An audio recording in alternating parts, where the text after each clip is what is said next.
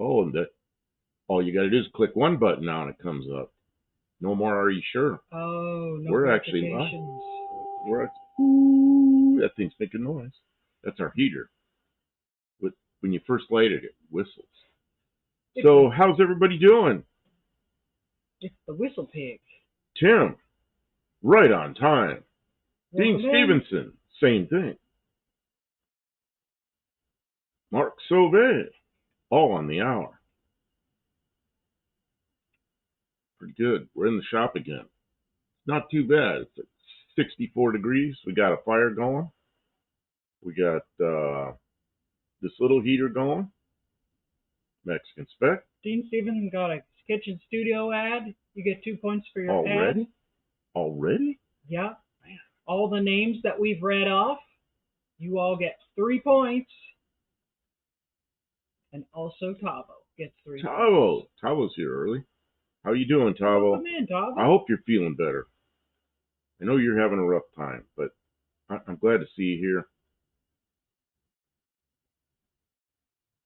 Oh, that is really toasty warm. Mm-hmm. Kim is cold. She's got her feet up on a bucket with a piece of wood across it. Cold as well. Her feet are cold. I sat on this chair. This chair is frigid. You need to put a blanket or something on that chair so there's some kind of padding because sitting on a piece of metal is not good. Mm-hmm. Here, I'm gonna sit on your jacket. My arms aren't cold, so I'll sit on the jacket. Just make sure you don't get the heater too close to the jacket. Oh no, I gave you points, Tavo. We don't want to. We're still in the points. First 3 minutes, I usually get points. And Don English is Don here. English One-eyed cat. One-eyed cat. Yep. Welcome in. How's the weather up there? Is it getting any better? It's actually really mild here today. You know, I started walking up here. It's just sprinkling a little bit. Now I can hear it raining a little bit harder, but it's not a cold rain. It's probably 50 Fahrenheit out there, something like that. It's not bad. If this was winter, this isn't so bad. Oh, now it's windy. It's blowing around a little bit. You can hear the sticks scratching on the roof from the tree that I didn't cut down yet. Oh, man. So, Greg May is here. Welcome in. So, welcome. I'm Kim of Kim Fixes Things. I'm here with Buff Del Campo, the namesake of the channel you have found, and your host. And it is live with Buff and Kim. Cleanup crew, Saturday night. Happy Valentine's Day. Oh, that is nice and warm as long as it's not too close. Oh, made it above freezing yesterday, says Dawn, and feels like almost spring. You know, we noticed something. We had 3 or 4 days of it warmed up, and there's a tree out there. It's got green buds all over it. That's like that tree thinks it's winter's over.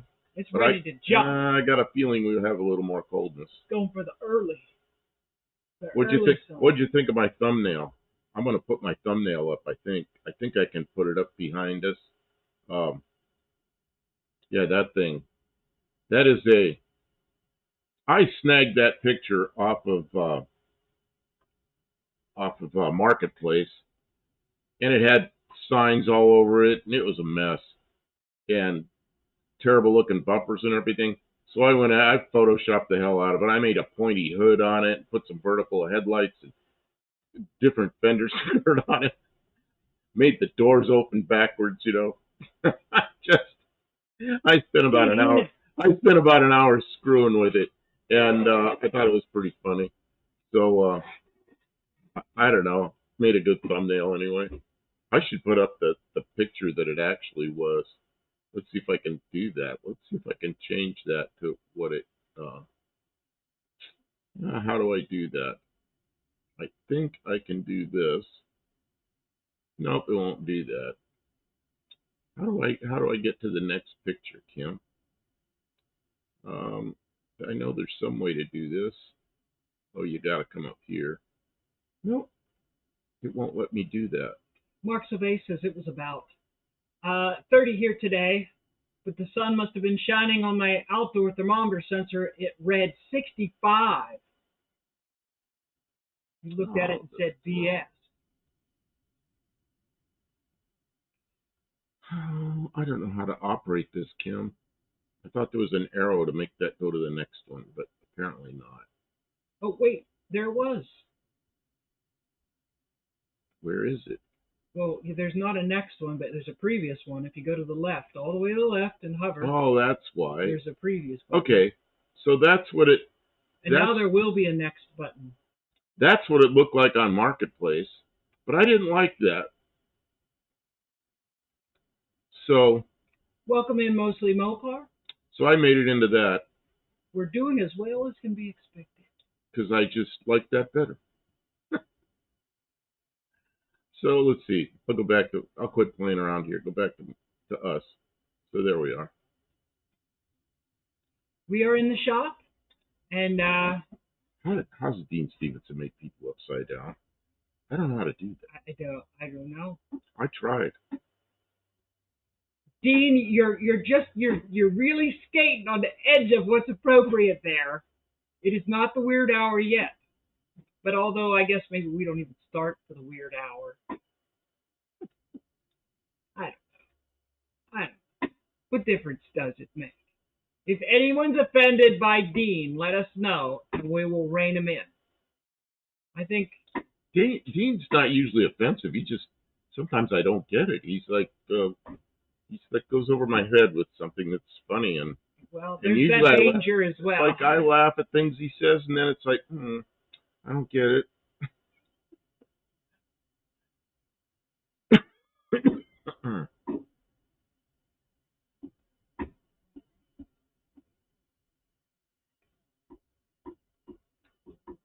What would be doing tonight?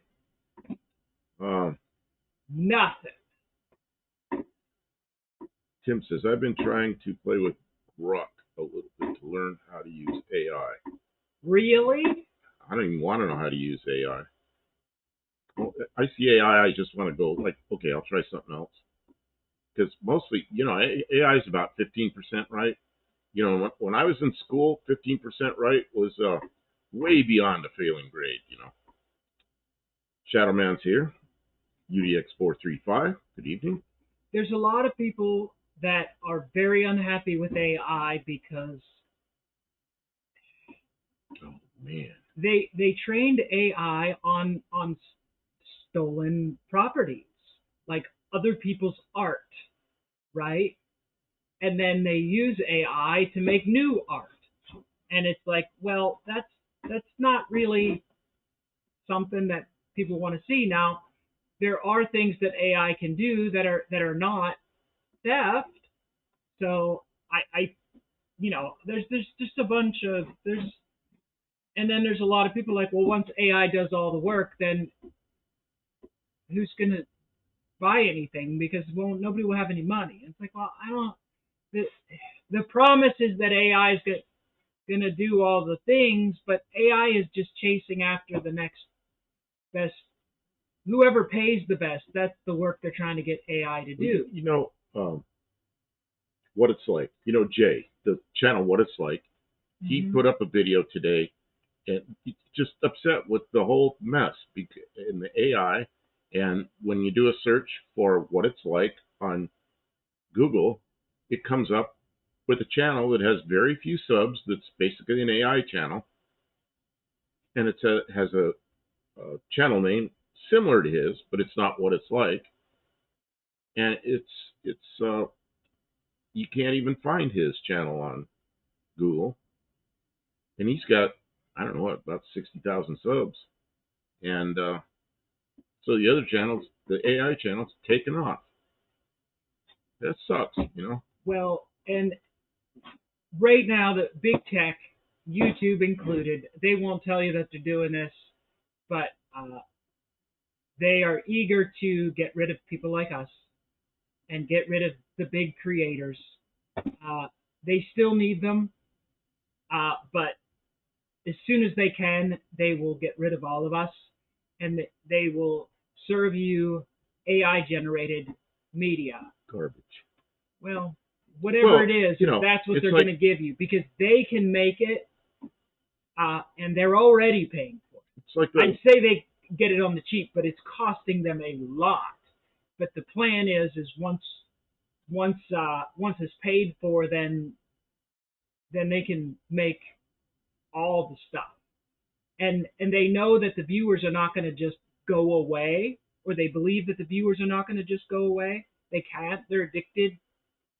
I like looking at history stuff, and there's a lot of, right now, there's a lot of channels out there that are World War II history. When you go there, it's like conversations between the World War II German leadership, conversations they had between each other, and it's all just fiction.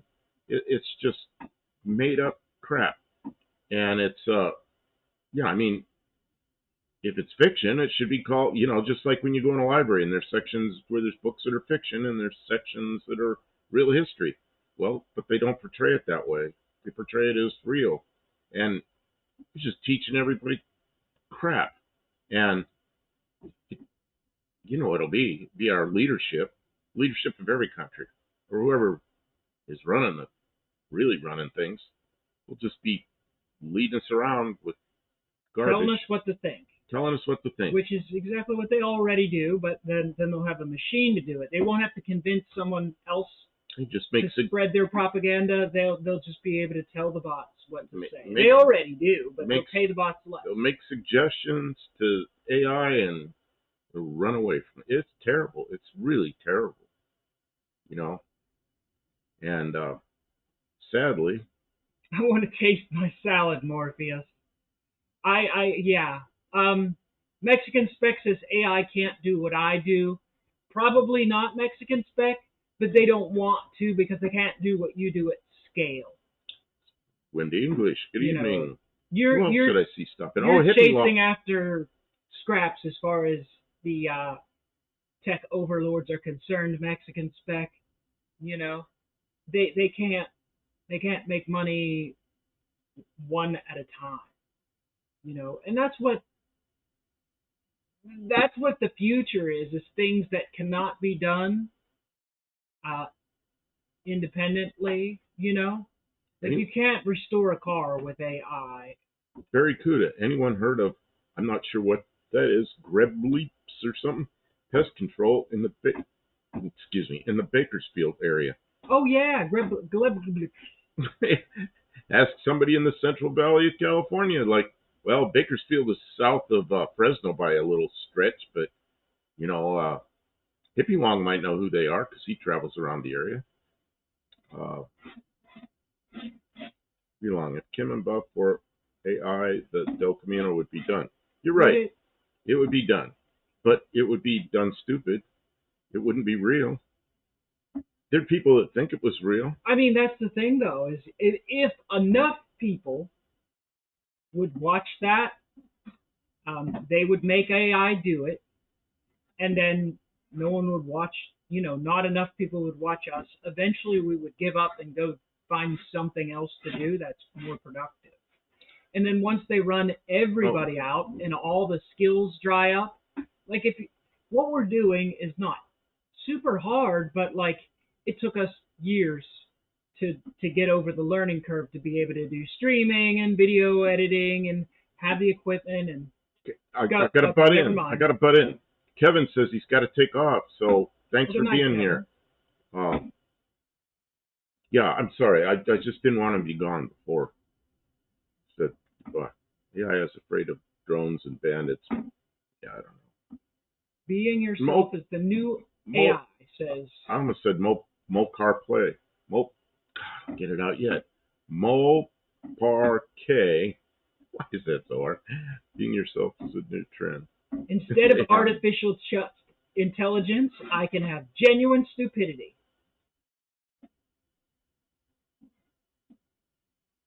Well, I don't know. I know Mexican Spec watches Steve Latos. He's the attorney that does he does 2 videos a day, I think, and he does a live on Sundays.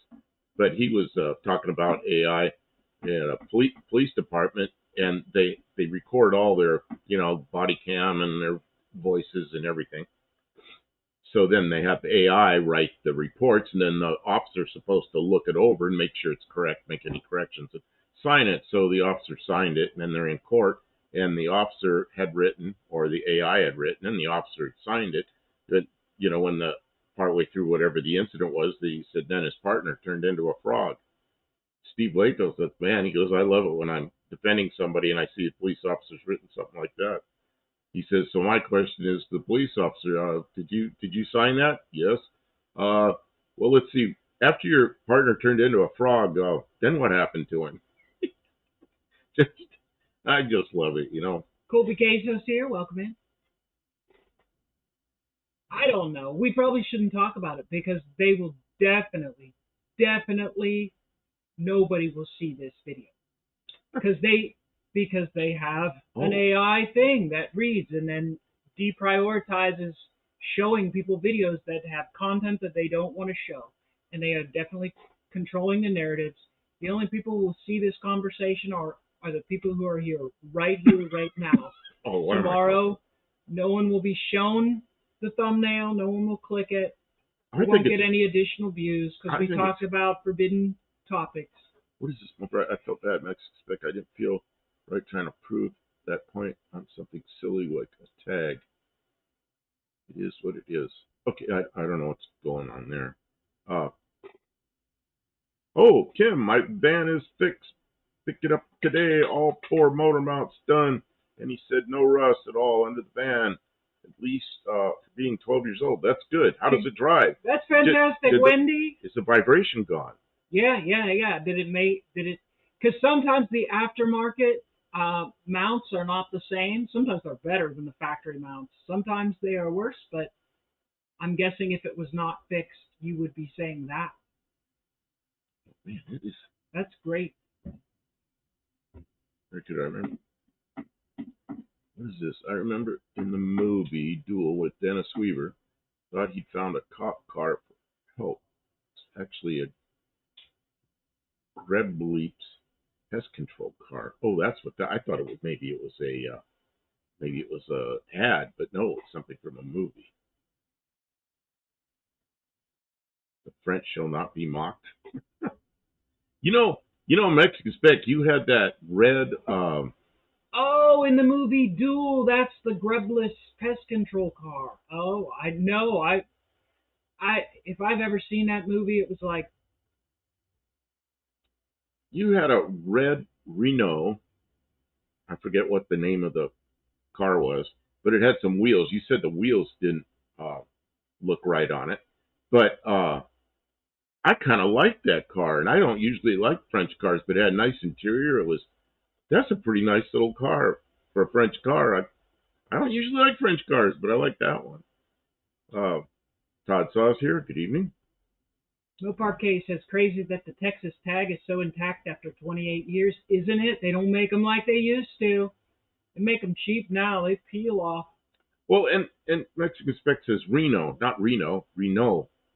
I don't know. I had a friend from South Africa, and Renault, actually, he had an airplane that was a kit that we built, and then he built the kit, and then he flew it around, and in South Africa, like your private airplane, you can put sponsors on it, and they'll pay you to fly your private airplane around. Pretty cool. Nobody does that here in the U.S., but he had it all painted up with, looked like a Renault race car, but it was all painted all over his airplane. And he called it Reno. So I kind of pronounced the way he pronounced it, because in the U.S., we always used to say Renault, because we're a bunch of dummies, So I started pronouncing Renault. I don't know. Is that close enough? I don't know. But I like that red one. Renault or Renault? No. I like that red one with fancy wheels. You also had, I got to go back and look at it, because I looked at the time, and it was about 58 minutes in. You had a red Mustang that was a notchback Mustang, a Fox body, and it had it had, I could see disc brakes on all four wheels, and it was converted to 5 lugs. And man, I like that thing. I got to go back and look at that. They did a lot here with when the PT Cruiser came out. They also did that on the air-cooled Beetles. Oh, what's that? Advertising? Let's see. Faith is here. Good evening. Oh, they did that on the Beetles, yeah, with the advertising stickers. They Oh, did no that part a lot. cases. I don't remember ever seeing a PT Cruiser, but I remember hearing that they would do that. Yeah. Hi, Faith. Welcome in. Go ahead. Well, I don't know. I'm just reading stuff. What part cases from the license plate, not the tag. See, in the South, they call license plates tags, and then people out west think they mean the little sticker, but the tag out here is the whole license plate. So I don't know what she's talking about there. And then Mexican Spec says to her in Las Vegas, if your plate doesn't have the sticker, they impound it. In 1995, a lot of people had to get their Texas cars out of impound there.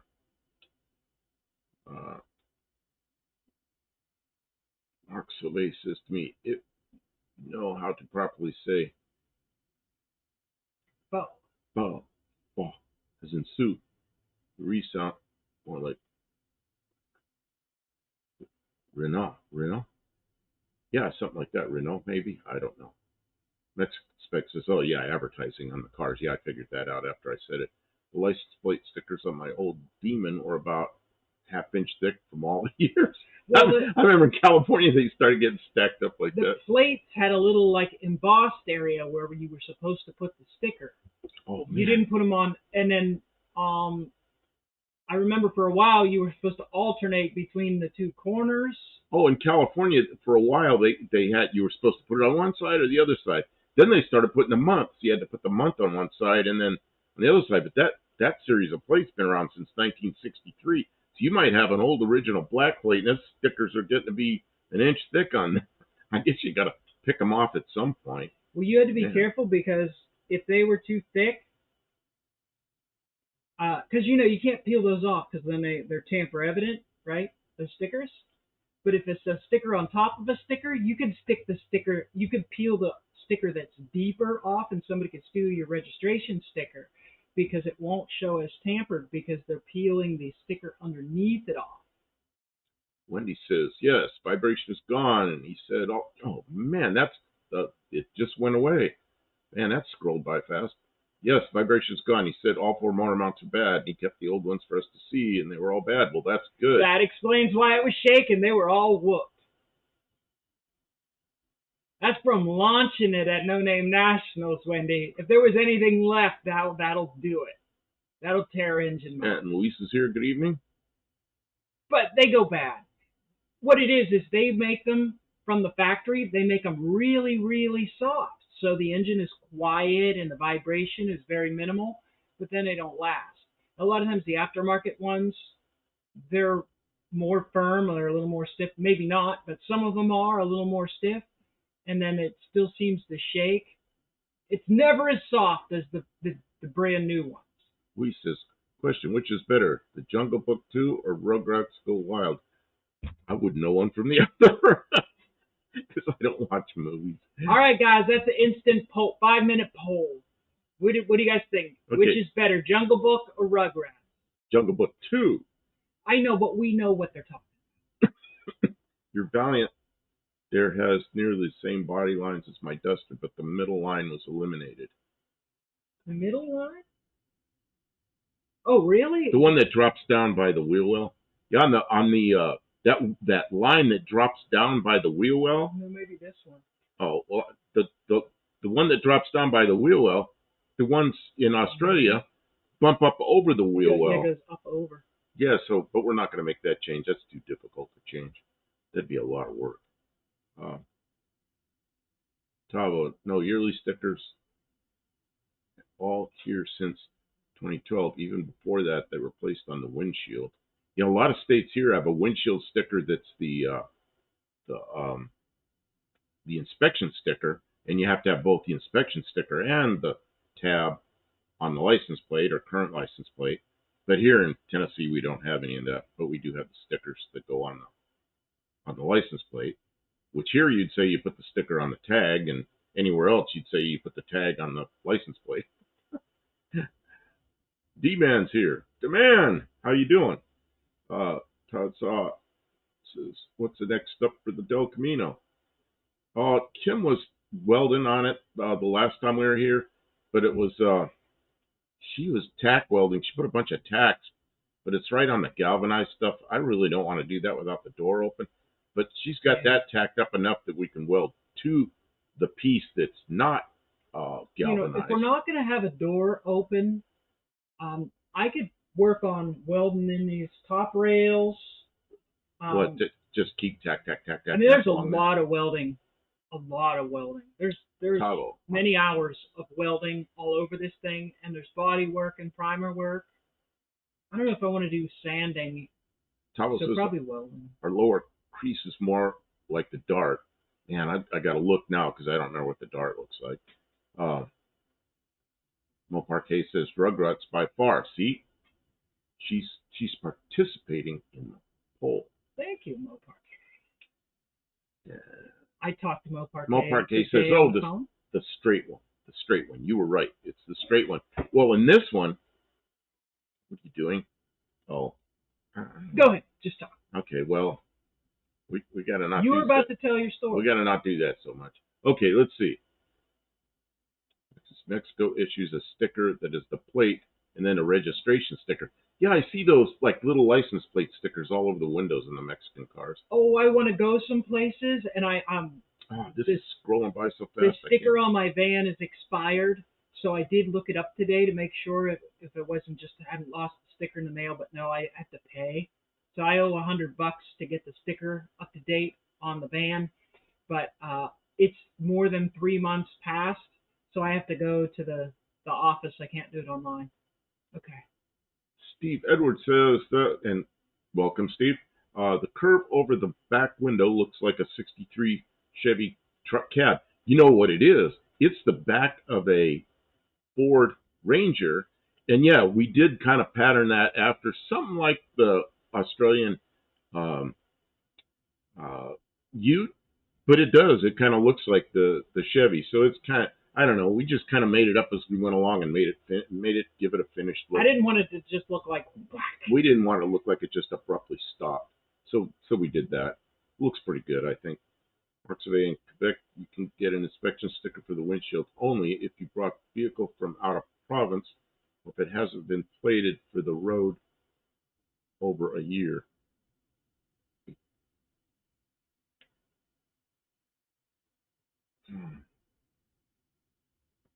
It was good. Kim didn't catch Buff's sweatshirt on fire with welding sparks.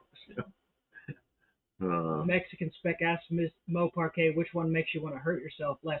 Because when you have little kids, they will watch something over and over and over and over again. So you have to choose wisely. You do. Once they watch it, if they like it. So, Steve, I did print out an address label, but I haven't. Faith had COVID. That's why she was feeling so lousy. That explains a lot, Faith. I'm glad you're feeling a little better. Okay, go back to what you were saying. Steve Edwards. I got your email.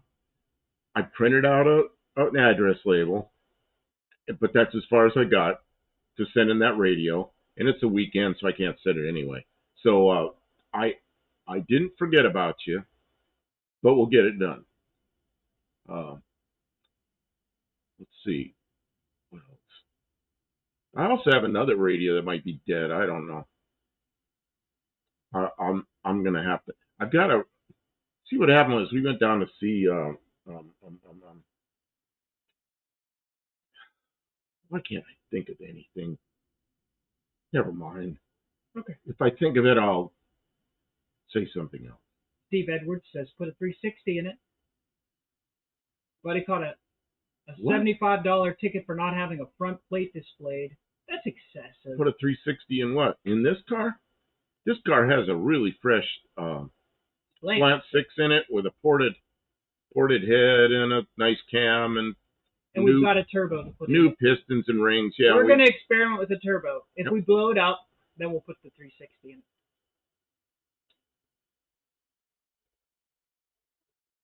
D-Man found a Spark-O-Matic mobile today.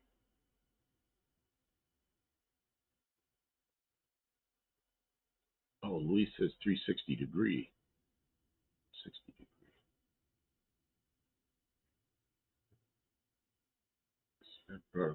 Bracket mounted the front bumper. I don't know what that's about. Tava says cops here don't have to look for a sticker because the camera will tell them in a second or two if you're behind an unregistered car. It's getting that way. Big Brother knows. All these cars that are all electronic and connected to the internet, as soon as you start your car, it reports that the car has been started, and as soon as it's moving, it reports that the car is moving. So if your car's registration or in license, insurance, something isn't, they know, they'll come right to you if they want to. And Palantir has software. They'll go looking for the targets that are breaking the most laws. Yep, that's the world we live in. That's what AI is doing. Which, I guess we're all safer because no one can break any laws. It's 15% right. So? Well, you have to prove you're innocent. Oh, wait. That wasn't supposed to be the way it was.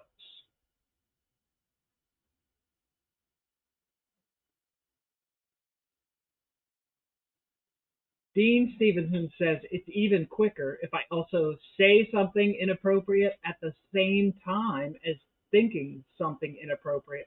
You know what, Dean? That's 200% efficiency.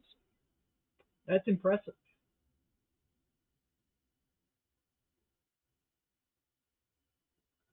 Barry Kuda says very efficient revenue gatherers. You know it. That's where they get most of their tax collectors. Robbie's here. Good evening. Well, see, they've already spent all the tax money, so they need more. They spend it years before they get it, so and then they're in trouble. More streams of revenue. And it's those sin taxes that are great, because who's going to defend you? Because you were doing something wrong.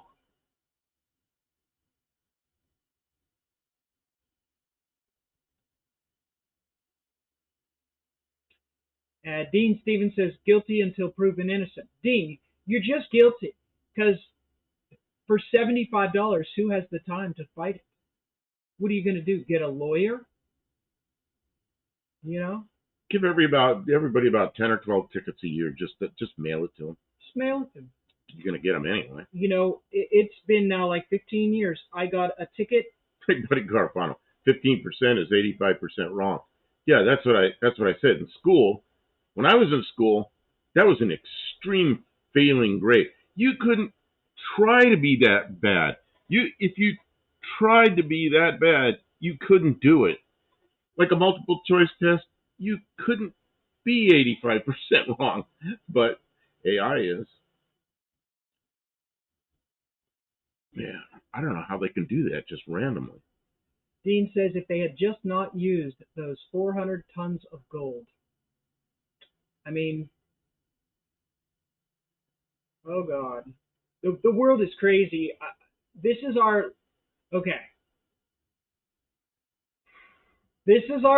safe place, our happy place. And we can't spend all our time here talking about the way of the world, because there's some bad stuff happening in the world. And I don't even know if they'll let us talk about. I mean, we might get to talk about it once, but we're not going to get to be. We won't still be here if we talk about it too much. They will just. We'll get canceled. Channel, yeah, we'll get channel canceled. Will go away. And Granddad Junk's here. Granddad's Junk is here. Good evening. But absolutely, continue to talk amongst other people in your community. Organize in your community and talk to people in person and in real life. And shut your phone off, or leave it at home, or leave it in your car and take a walk in the park and talk to people about the way things are going in the world. And make sure you're talking to your local representatives about the things you like and don't like, and make sure they know. Because if no one says anything and no one's looking, they just keep doing this stuff. They love these grand ideas. I thought they were supposed to show the gold in Fort Knox. Yeah, there was a president. I don't remember which one it was, and he wanted to go see it. And you don't remember? Was it Reagan? No, they were just talking about that in November. Oh, so it was Trump then? It was again? Oh yeah. Okay, I didn't know that. And I didn't know the that. visit never happened. It was quite a while ago, and they wouldn't let Reagan go see it. Well, they did the same thing. I don't know that they didn't let him go see it. There might be emptiness in there. We don't know what's. We don't know. We don't know. Nobody knows. Tim says back to cars. We do need to talk about cars. It's all we're allowed to talk about. We can make. Can we make a car out of gold? That's too heavy. No. Aluminum's where are we going to better. Get gold? Aluminum's better. Jeez. Melt some car gold. Costs enough as it is. Russians, they fill all their teeth with gold, and so that's what they used was gold in their teeth. Tim didn't want to start anything political. There's a lot of political discussions that need to be had. I don't want to start anything political, but yeah, I mean, if somebody wants to go see gold, I mean, I'm not going to have a big controversy over it. It's just the point that they didn't go see it. No, they did not. Nobody sees it. I'm not going to start an argument over it. Hey, Inspector Bruce. Oh, I just made it back from visiting a friend whose daughter just had a baby. Hey, well, congratulations to your daughter's friend. Or friend's, what was it? Friend whose daughter? Oh, to your friend's daughter. And Inspector Bruce is, he and I were in the Air Force together back in 1973 at an Air Force base in Illinois. And he and I were on the phone, yesterday? Yeah, it was yesterday. We had a big old long discussion about all the stuff we did in the Air Force and what we did after. It's pretty good. Got to talk to an old friend on the phone. Really good. Had a good time there, Bruce. I hate how you talk about something, then there is an ad for it on your phone. Yeah. That's been happening for almost... We ought to talk about some weird stuff. See if we can draw some ads. Like we'll talk about jumper cables. Let's just have a big old discussion about jumper cables. See if we can get ads for jumper cables. Oh, man, it's so much like. There was something Kim and I were talking about. I don't remember what it was. We were talking about something. And in no time, I had an ad I was watching YouTube, or maybe it was a banner ad on something, and it came up. I said, "You're not going to believe what I just got an ad for." And it was something stupid like that, like jumper cables. It wasn't jumper cables, but it was about that stupid. And I go, "You're not going to believe what I just got an ad for." And all we were doing was talking about it. They just paint lead looks real. Granddad's junk saying, if they don't have gold, they can just paint lead. Oh, paint lead, I see. And then nobody's going to say it. Oh, I was watching... I mean, you have to melt it to know that it wasn't real gold. Bruce says it was a very nice chat. Over an hour. Yeah, it was over an hour. Man, yesterday was my birthday, So I talked to Bruce for over an hour. I talked to my sister the night before for over an hour.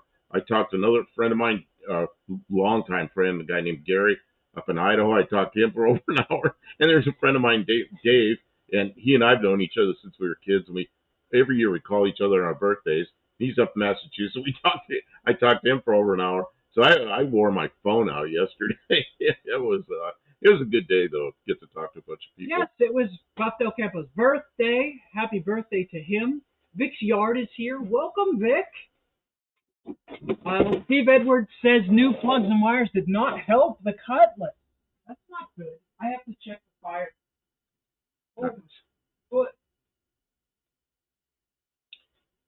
Oh, man. Well, I don't know what. See, when I was in the Air Force, I got stationed at a place where they had limited number of people working on. Remember the big C-5? They still fly the thing around. Big C-5 Galaxy airplane. Giant Air Force airplane. So I was on that thing. And and I was stuck on that base. Once you get on that base, you're stuck there. Whereas Bruce got on other airplanes, and they moved him around and moved him around. He got to be stationed in many different places, which was pretty cool. So we talked all about that. Kim's over there hammering. I think she's splitting wood. I gotta get this one split. Yeah, I know. There's not a lot. Oh, and Mexican Spec. I talked to you for over an hour too. Oh, Mexican Spec. You asked me to find somebody that could do some work for us. What do you call it? Certified translation. I have found that individual. So, let's see here. Suppose they use a shotgun application sense keywords. My work scanner does it. Especially when I say this hasn't scanned again. Mike N's here. Good evening. Says happy birthday. Thank you. Man, I can't believe I'm 72. Tim, we're the same age now. I caught up to you, but my guess is you're gonna get the lead again. Tim says, Kim, how are you holding up after chopping on that big piece of log the other night? I was in bed for 2 days and not feeling well. She was in bed for 2 days and she wasn't feeling well. Yep, she overdid it.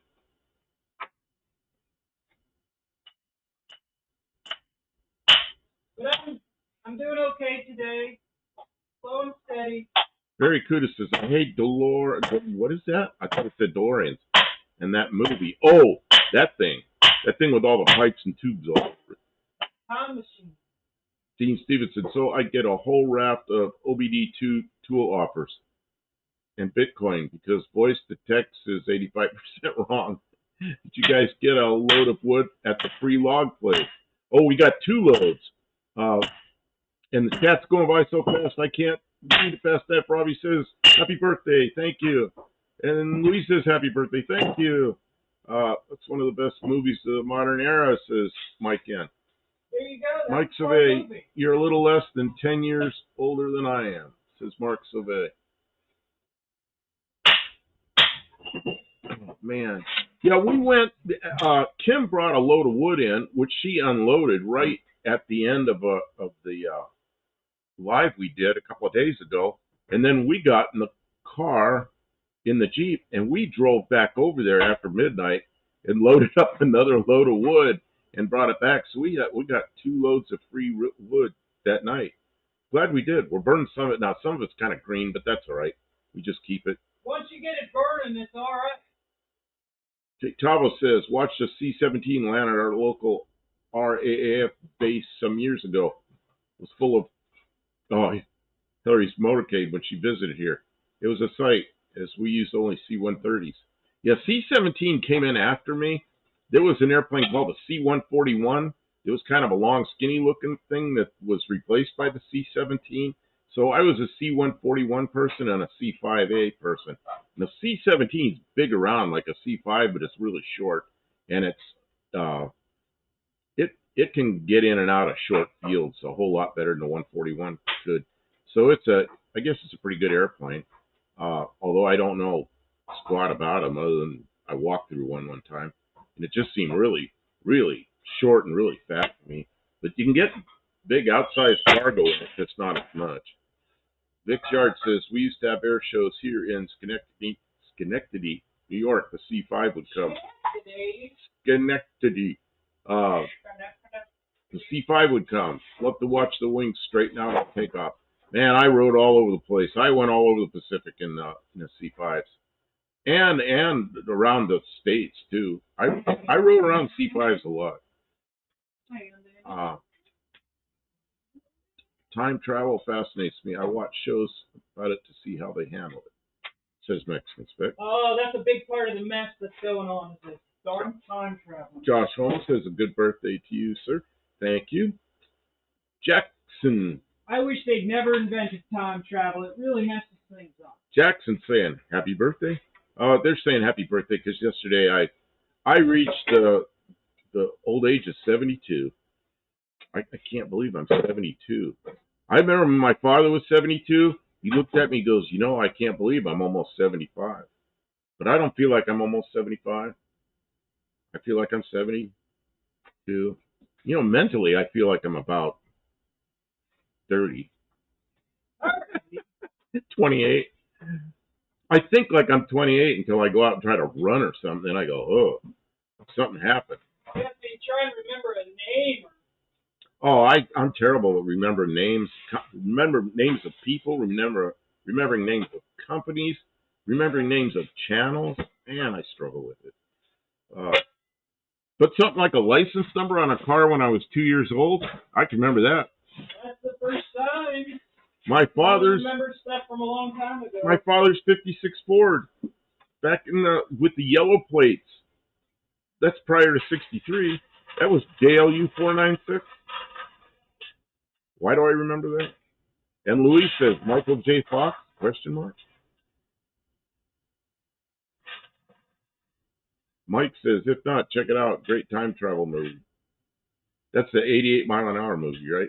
I didn't see it. I just know that. You've never seen? No, I've never seen it. Are you for real? I don't go watch movies. Very cool.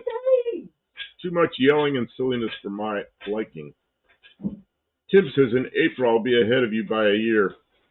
Yeah, I knew you'd get out ahead of me again. Like if we're racing, you're winning.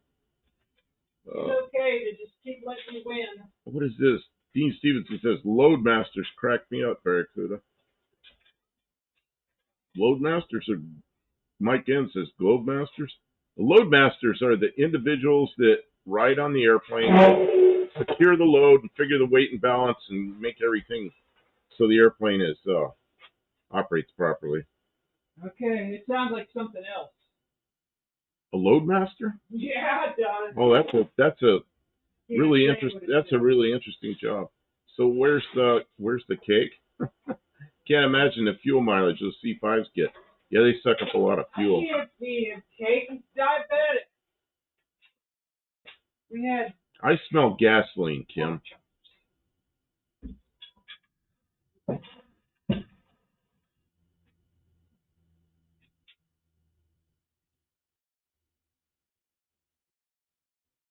Next inspector says there's one mistake on Back to the Future. Does anyone know what that was? Car related. I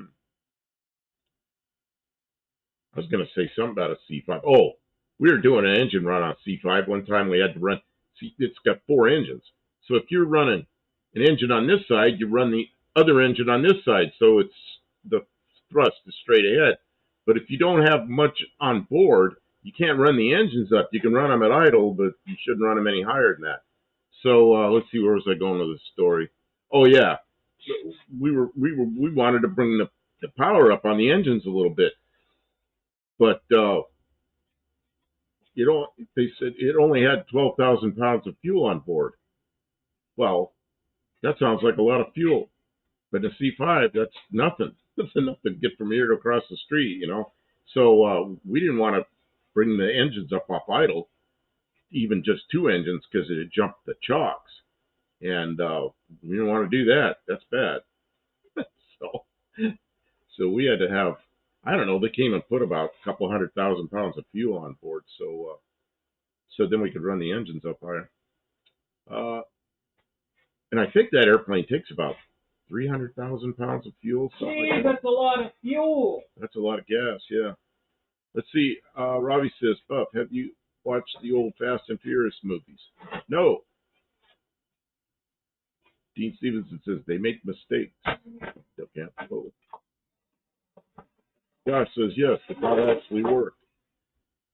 Mark Survey says, my manager, a few jobs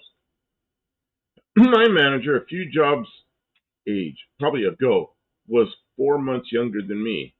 It was fun sometimes to use that against. And you know what happens when you get older? Pretty soon, everybody's younger. I remember when Obama became president, that was the first time the president of the United States was younger than me. It's like, wow, president of the United States younger than me. And then now the president of the United States is older than me. But the vice president is younger than my son. Holy crap. The Vice President of the United States is younger than my son. Man. It'd probably be the best located right in the middle of the plane. Very good. I'd probably be best located right in the middle of the plane. Well, you know you won't upset the weight or the balance that way. The C5, you won't upset the weight that way. Dean Stevenson says, and what if the fuel load is in metrics rather than SAE? You know, then they just convert it. Unless you do like, what was it? Air Canada? What was it? What was Canadian Airlines? They had a 767. They said it was some screw up between metric and SAE pounds, or I don't remember whether it was gallons and liters or pounds and kilograms or what it was. But they managed to run the airplane out of gas. And there was an old military base that was closed, and there were some people out there drag racing, and they glided in and landed that thing without any fuel. Didn't hit any of the drag racers. And then this is pre-cell phone days, so they got out of the airplane, got all the passengers out, and they started walking to a payphone. So they'd call the office and tell them that they had landed without any gas at an old military airfield. And they called it the Gimli glider. You just looked at it on Google. We're going to start hammering.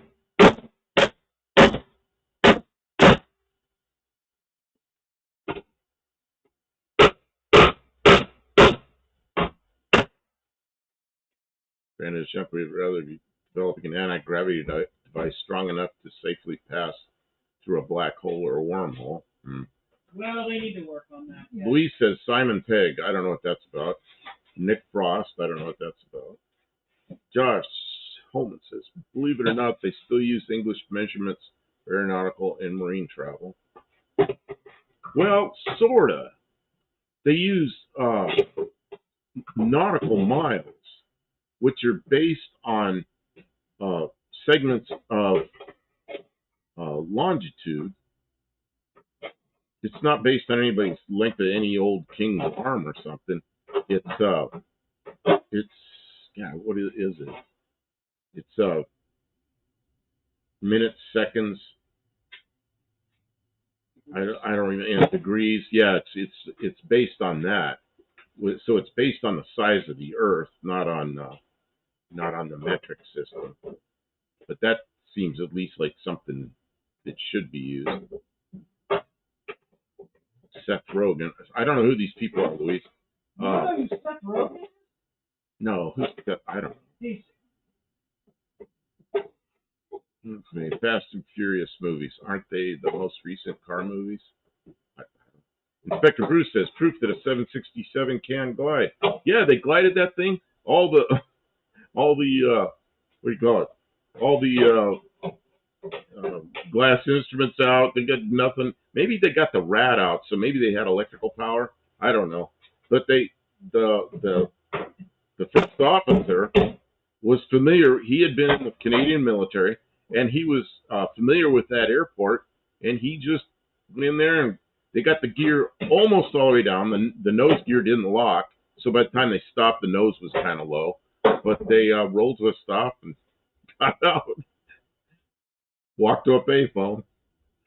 Oh, man. Somebody got in trouble. Next inspect. So nobody knows what the car-related mistake was in Back to the Future. I don't know. You're going to have to tell us. Granddad Shunk, nautical miles are more easily to calculate distance, time, and speed. Luis says 1985. God, that was 41 years ago. Robbie. Yes, inspect. They shifted the focus from car races to family. Inspect says, I'm talking about Back to the Future, not Fast and Furious. Okay. Tongo. I don't know how to pronounce that. I'm sorry. 1 nautical mile is 1 second of 1 degree of the Earth's surface. It's something like that, but it's not longitude, it's latitude. Because longitude tapers towards the poles, but latitude is different than that. It's the same distance. So I don't know. Look it up. Somebody, I know it's a segment of that, and I'm just not so. I don't know. I don't remember. I just use it. Inspector Bruce says, watch the movie Paul. Very funny. The main actors were Simon Pegg and Nick Frost about an alien named Paul. Luis says, the robots from 2005. Mark Sauvé, isn't 1 nautical mile different if you're closer or further from the equator? I don't know about that. I thought they were I thought the longitude or the latitudes are the same distance apart, but maybe you're right. I don't know. I'd have to think that all out. But it's definitely not longitude, because longitude is really, I mean, they meet at a point at the North and South poles. So, you know, what are you doing? I don't know. You just took all my shit away. It should come back. There's an error. I don't know what it is. She just took my chat away. Okay, I got my chat back. John Cope is here. Life is a rock. Good evening, John. Luis, yes, I saw the movie yesterday. Kim's over here messing with the stuff. I don't know what she's doing. I don't know. The stuff. She's messing with the settings.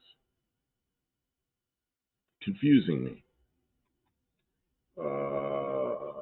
Dean Steve said, yes, to use dedicated predefined units, some metrics, geodesic, hexagon, all the easy stuff. Everything is done by a standard pro forma. That's why pilots and astronauts train.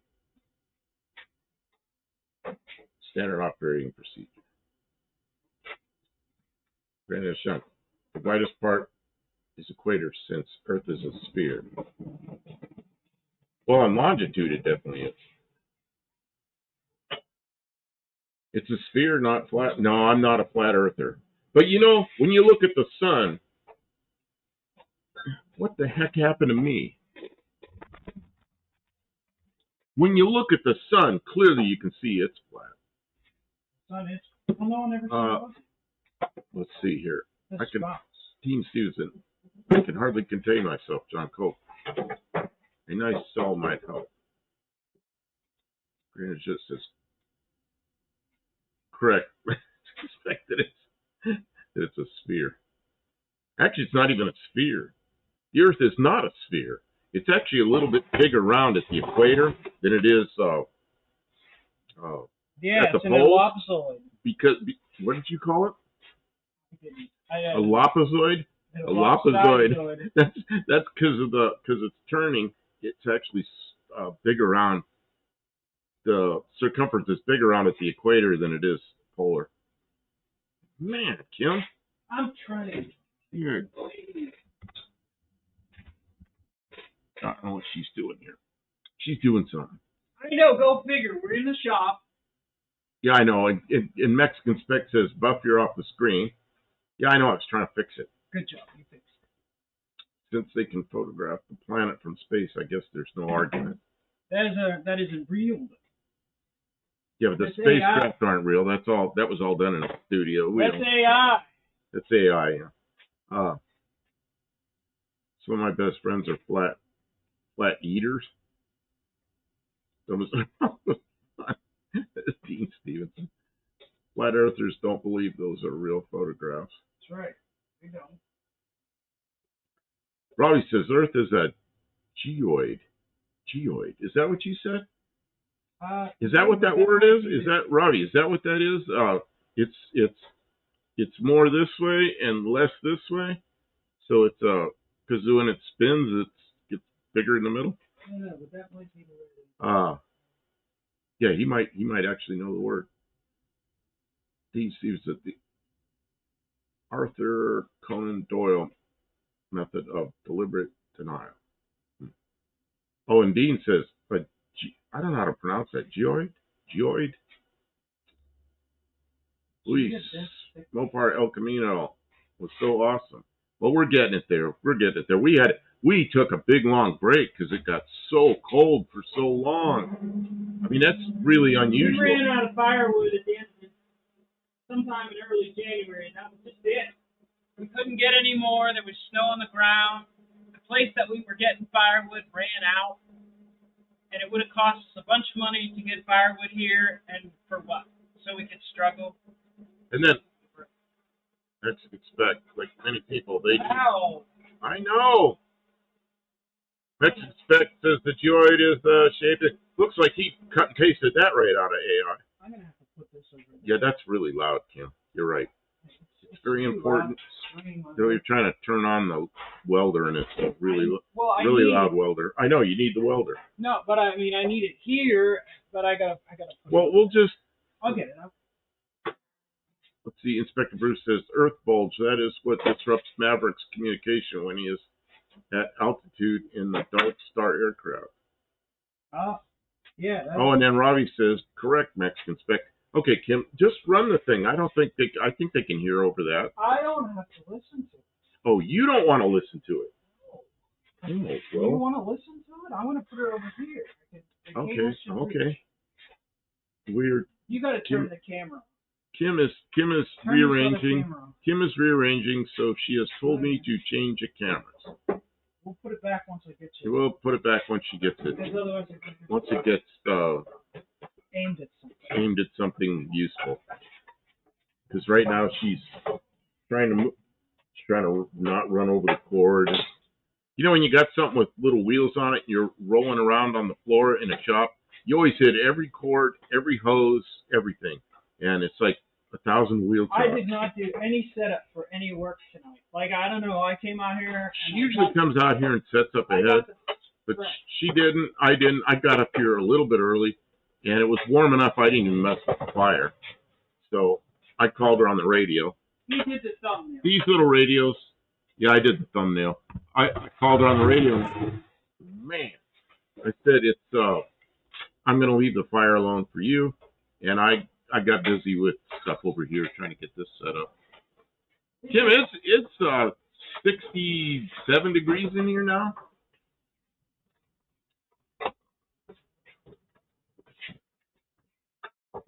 Yeah, our snow is. Tim says our snow is finally all gone. It actually rained here last night. Yeah, same thing happened here.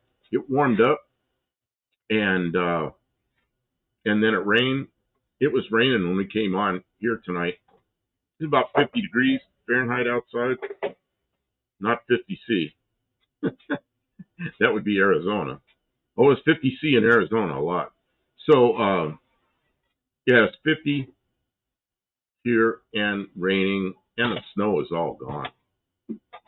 Dean says we're having a diet of tornadoes tomorrow. You get tornadoes there?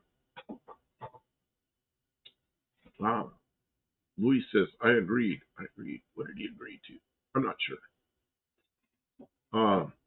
And I noticed up there that Robbie said that he could hear us both. Yeah, it's just, that welder has a fan in there that runs cooling air through it. And it's pretty loud, and it was really close to right here to me. Kim didn't like that, so she's moving it away so it's a little bit further. Kim, you need earbuds so the music drowns out the welder noise. Robbie says, Buck, when will this project car be completed? I don't know when it's completed.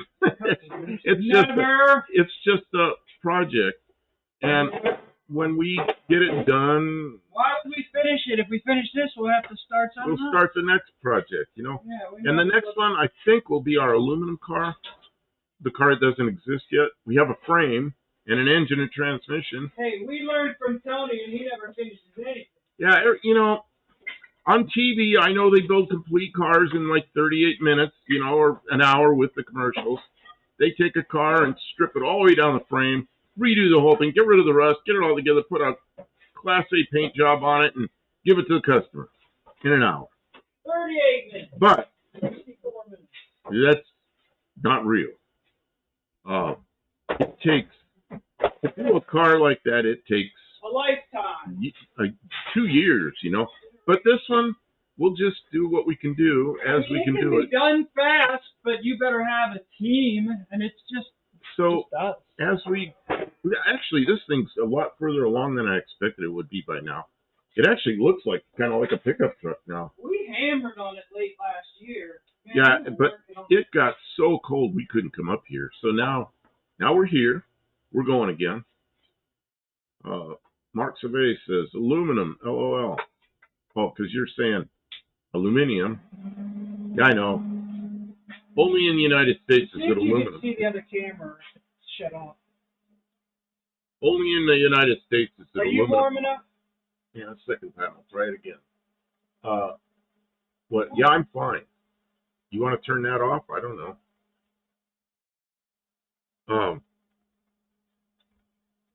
Oh, I found the microphones.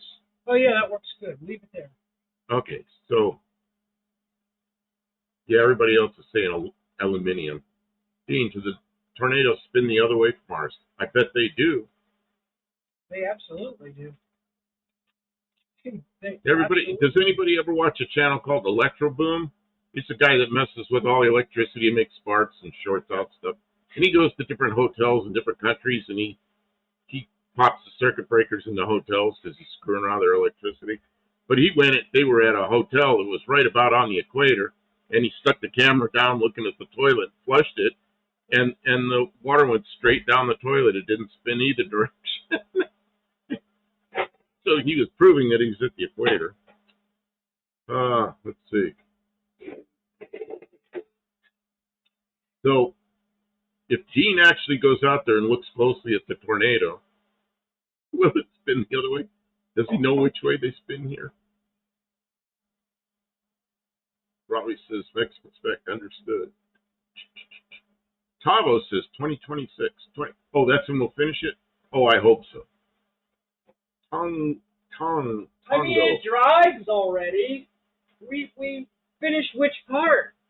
You know, because like we got it running and driving 2 years ago. Normie's always asked when my car will be finished, as if there's a TV schedule. You know, I know there's a lot of controversy about this guy, Bad Chad, but Bad Chad's a builder, and he used to be on a Canadian TV station, and they did stuff, and they were on a schedule, and he said that was the toughest schedule to keep. And now they work on their own schedule, and I kind of like the stuff he does, but he's not a guy that hammer welds everything to perfection. He does use some filler, and I kind of don't mind that as long as it isn't big caked on filler. But if things have got little hammer marks in them and things, I would like a thick coat of paint, you know, just do it. Josh Holman says I've seen him. Yeah, but he said that TV schedule was horrible, but they kept up with it. But he didn't have to do it. Oh, Josh Holmes says I've seen him. Oh, you probably mean Electroboom. Yeah, he's got a big channel. I'm more of a DD Speed Shop type builder. Yeah. Yeah, DD Speed Shop. I kind of like the stuff he does. Barry Kuda says tornadoes have torn off roofs and uprooted trees in Cromwell too. Oh yeah, they come rolling through here, but they mostly go north of us, on the north side of Parksville. Man, they go through there a lot, and then between here and Nashville, we get a lot of tornadoes.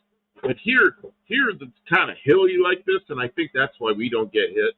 Now that I've said that, we'll have one come rolling through. Let's see here. Robbie says he gets a electrocuted a lot of times. Man, he gets zapped a lot. Kim, you got a lot of sparks going over. We got to watch. Make sure you don't set anything on fire. What's on fire? I don't know. Sparks. The big load of sparks went over here somewhere, behind this tank. You're on fire control. I just want to. Yeah, I'm on fire watch now. Dean Stevenson says, then you add. Can you see what I'm doing on the camera, though? I think so, yeah. Then you add, it usually takes a few months for the purple to wear off. Purple to wear off. Mark Survey. So remember the Simpsons episode with the U.S. Embassy in Australia had this huge pump thing on the toilet to make the water go the right way. No. Yeah, that was a thing. I remember that. Kim remembers that. I didn't see that. That's a big joke. Luis says he's going to the bathroom. Okay. And he'll be back. You don't need such fine-grained details from you to say. You need to have a computer in the bathroom. Instead of a mirror, have a big screen up there. That's right. That's right. And then Dean's got to show us all little emojis for bathrooms, like a men and women's, then a toilet paper and a whirligig thing and a toilet and a water closet and then a plumber's helper. That's just what an AI would say to make you think they were real. Who was the guy that was before Johnny Carson? Got thrown off the air because he said water closet. And at the time, that was considered to be such a filthy thing to say. He got it. What happened is they demonetized. Yeah, they demonetized him. Unsubscribe. And he got so upset over it, he walked off. He quit because he said it wasn't NBC was out of line to moderate his speech. His speech, yeah. Well, I agree. Although he lost his job over it. NBC can tell its people, its performers, its actors, what they can and can't say. Because television is not. You're not on the kid. Here. Don't burn yourself. TV is not public. TV is a private enterprise. So if a television station says, we don't want you to say this, and if you do, we're going to fire you, they can fire you. But it isn't free speech. But I agree. Water closet's pretty mild. It is damn mild to me. Okay, Spinach is here. Hey, Tanner. Hey, decided to stop in for a few minutes while I get dressed. Yeah, everybody get that picture in your mind. I'm going to go hang out with my cousins in a few. Robbie says I'll be heading to buy some vegetables now. See y'all later. Okay, Robbie, thanks for being here. Take care. Yeah, it was Steve Allen. That's right. Was it Steve Allen? No, it was Jack Parr. It was Jack Parr. Steve Allen was before Jack Parr. I guess that's why Johnny Carson got a job, because Jack Parr said water closet. We didn't used to have tornadoes here at all, as far as I know. This is Barracuda. Sean O'Brien's here. Good evening. Hey, Buff and Kim, I haven't died from the new crotch rocket yet. And he felt crotch, so he wouldn't get thrown off. Congratulations on the not dying. You going to bring that to No Name National? Finish this. I'll stay clean and serene. I'll be in the big city 50 miles from home. Barracuda. Joey Bishop? What's a water closet? Steve Allen was the first host. That's right. Yeah, I think it was the second host. Ray's here. Good evening. How you doing? Granddad, I'll just say Granddad. On the West Coast here, we get water spouts and small tornadoes. Danny Boyd's here. Hey, yeah, Jack Parr, water closet. I'm sure you can look after yourself like a boss, Tanner. Very good. Was Joey Bishop part-time host? I thought Joey Bishop had his own thing. Was he a part-time host on the Tonight Show? I'm not sure. Danny Boyd says, I called water closet first.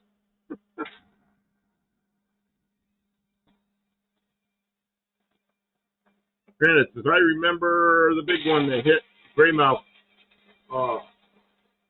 I got to watch it, man. It moves so fast. Yeah, I've been around a few of those things now. I don't really like them. Although, one thing good right now with the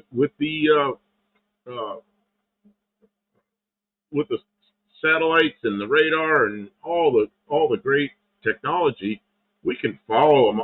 I can go online and watch it where the tornadoes are. And can you see me? No, I can't see you. But we can see you weld. How long has this been off? I can watch weld. I mean, you're kind of near the edge, but we can watch you weld. Oh, I did. Oh, it shut off. Oh, I don't know. How long has it been off? I don't know. I'm busy. I'm like, I'm having a hard time keeping up with the chat. I'm having a hard time keeping up with the chat. I'm not watching you. I'm sorry. Oh, man. Okay, so we've got to Kim is frozen. We got to unfreeze Kim. This isn't frozen. That's not frozen. Well, it's frozen somewhere. Oh, she's got to come over here and mess with the settings. Well, I can just shut it off. No, mess with settings. We're trying to see. She's frozen there. We are trying to. Oh, she's moving a bunch of stuff around.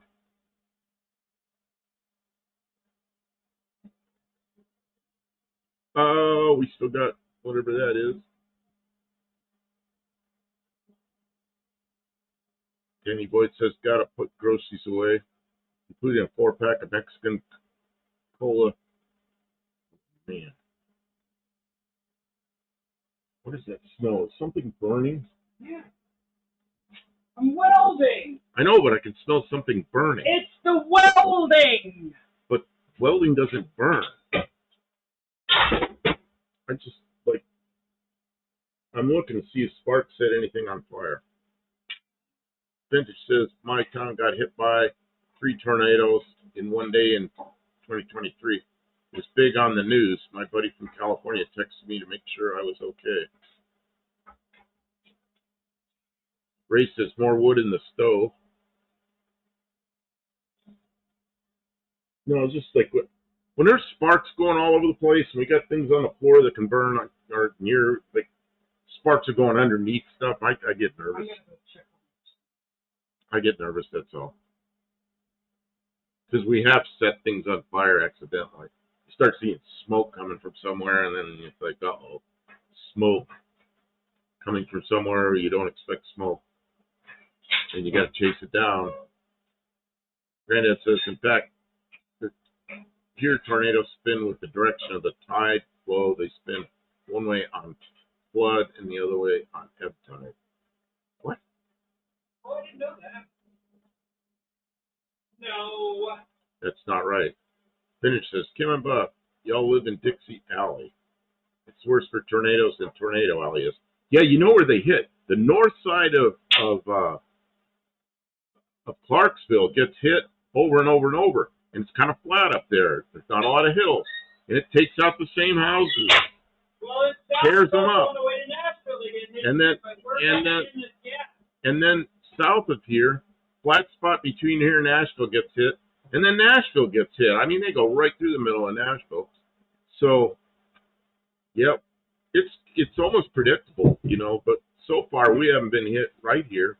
But you never know.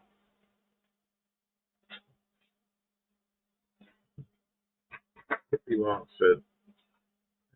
In another day, USA are no different.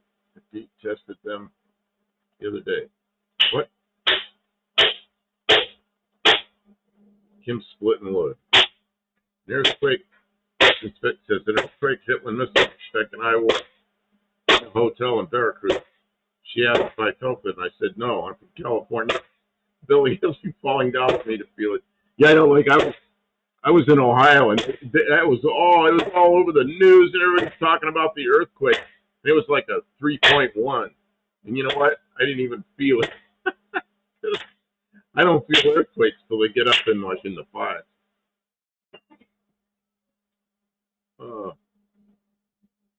Ray, many years ago, a town not that far from me got hit by, I think, 7 tornadoes in one day. Oh man, it'd be long. I've been through earthquakes, hurricanes,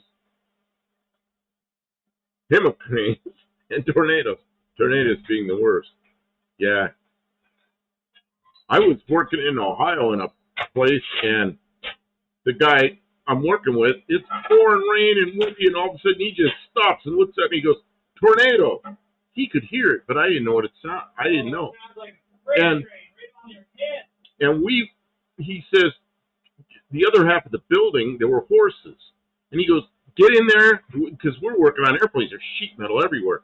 He goes, get in the other half of the building, close the door. We went in there. He closes the big sliding door. He goes, stand between the horses. He goes, I don't want to be in there with the sheet metals flying around. And then the noise all went away, and then we got in his truck. We had to go into town to get some kind of parts or something. We went about a block down the street, and there was a cornfield just all flattened, and there was a semi-truck spun around, and the trailer was flipped on its side, and there were people out there walking around. We got down to that corner, and he opens up the window and yells. He goes, what happened? They said, oh, 2 tornadoes came through. That was like a block away from us. So he knew the sound. And and I didn't know what the sound was, but I know now. It says 1 tornado hit within a half mile of my house, but the debris stopped a 1/10 of a mile from my house. Then he says, I remember the first earthquake I felt. It made my chest feel cold. It was cool. Yeah. Hippie long says, I went through 3 Mile Island, 26 miles from my hometown. Ray says, Grand Island, Nebraska, about 1980 or so. Oh man, Grand Island, Nebraska. I actually spent a little time there many, many years ago. Let's see here. Then it says, I think that was called the Night of the Twisters. That was back in the 80s, if I'm thinking of the right event. Tawa says, we had a little earthquake a few years ago. Big news headline, panic. Is this working? It is. Am I on? You're on. I did hear it. Slight rumbling. Couldn't feel any movement. The last one I was in was in Yuma in, what was it? Easter Sunday of 2011, I think. And it was like a 7.2, and it went on for like a minute and a half. It was a minute and 29 seconds. And that thing really rattled it.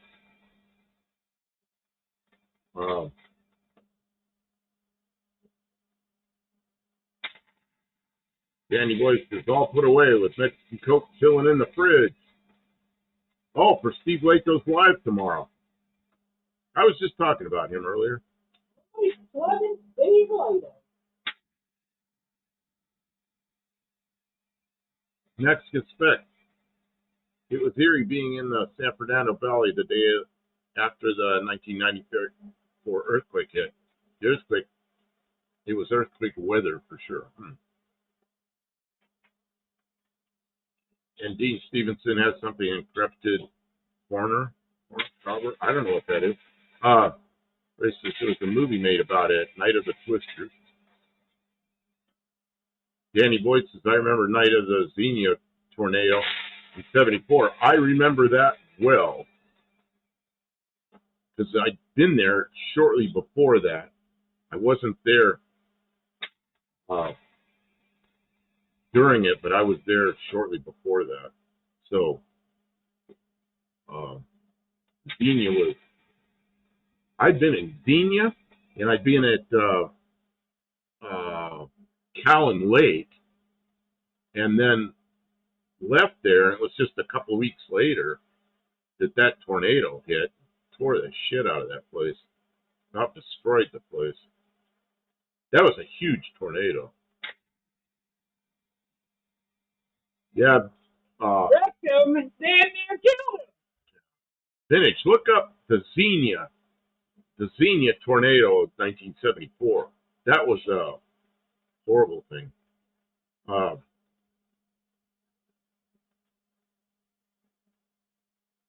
Ray says, that's it. I was there the next day helping with the relief efforts. You know what happened to me by the time that Xenia earthquake or Xenia tornado went through? I was in California, so I couldn't do anything, you know. I was at Travis Air Force Base by then. Dean Stevenson says, my friend went through And whatever that is was close to magnitude 7.1. That struck the west coast of New Zealand's South Island, 5:24 a.m. on May 24, 68. Woke up upside down out of bed. Yeah, 7.1's it. You feel that? Mark Sauvé, my wife, tells me to turn around because I was driving into it. Rain and wind was all around me. I had no idea where I was going. Danny Boyd, our school started having tornado drills after that.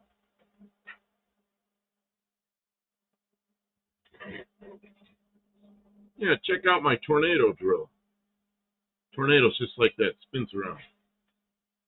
Oh no, different kind of stuff. Tippy Long. In 1972, Agnes hit the northeast. The Susquehanna River, mile wide, went 37 feet above normal. My town had 8 feet of water, one end to the other. Man. Then it says, one last thing before I run off. The first EF5 since 2013 happened late in 2025. Felt cool for years knowing I remembered the last EF5 tornado happening on the news. Oh, you do know Xenia 74, okay. Carbide Jones, good evening. Says, I am an Agnes survivor. Danny Boyd, Cincinnati got hit in 99, too. Oh, Mark Sauvé says, you missed the first part, Buff. I probably did, because this is moving pretty quickly, and I'm also being the fire watch here, and I keep smelling stuff burning, and I'm hoping it's just like normal welding. It's the paint and undercoating burning off the She back says of the it's the undercoating, but I'm not completely sure, so I'm trying to watch. So I'm sorry if I'm missing some chat. Chats are moving pretty quickly. Tim says, I went through Xenia the day after. Oh, man, my aunt and uncle lost their old house, and the new one they're having built, and they lost both of them. Jeez. Daniel Morrissey from, I know I'm going to say it, from Petaluma. Hello, Buff and Kim, Inspector Bruce, Mr. and Mrs. Mexican Spec, and crew, happy Valentine's. Thank you. Glad to have you here. Hippie Mom says, glad we're here, Mr. Jones. Dean Stevens, 37-foot storm surge. World of Wood Chips here, waiting for the booth. What's going to go booth? Let's see here. Buddy Carpano, house my ex-girlfriend lived in had underground tornado bomb shelter. Good thing to have. Should be interesting. Mark Sauvé, Dr. Campbell, all good, Best. Was just letting you know in case it wasn't making sense. Yeah, sometimes things don't make any sense because I miss part of it. Serge Lazar.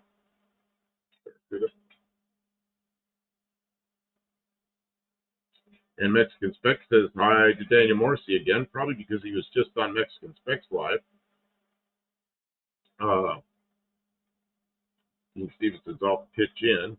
He's showing some wood. Kim, I smell gasoline. Does that make any sense?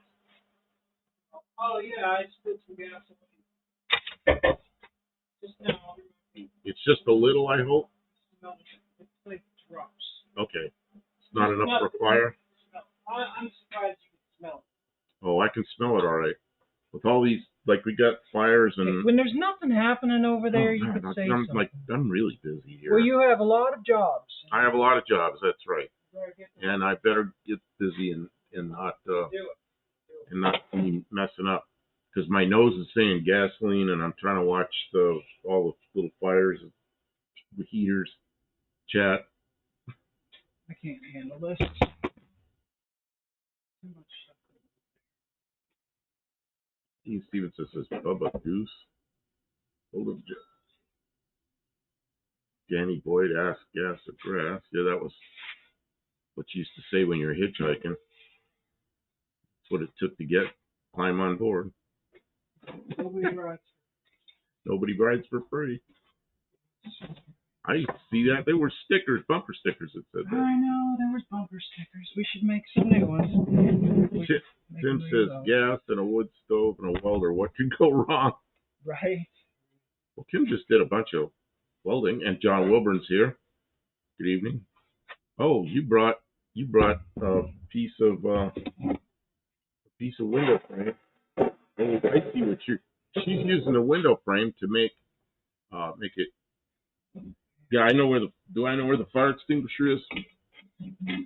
I know where this one is. There's a couple more around here.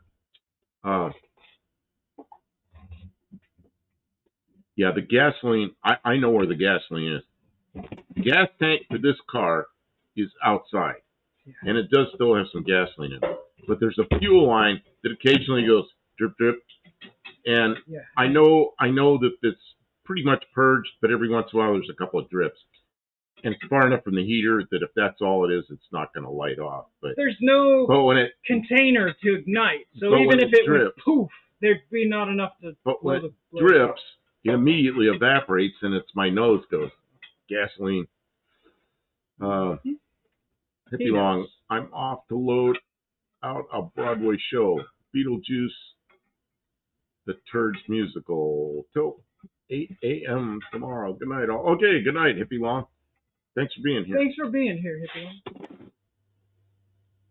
Josh Owen, any gas is enough to start a fire. Well, yeah, but we've got the fire extinguisher, and there's no other flammable stuff. It's a spot this big, and the fumes could ignite, but it would go poof, and that'd be the end. So it's just, you know how when drops hit concrete, it spreads out really fast.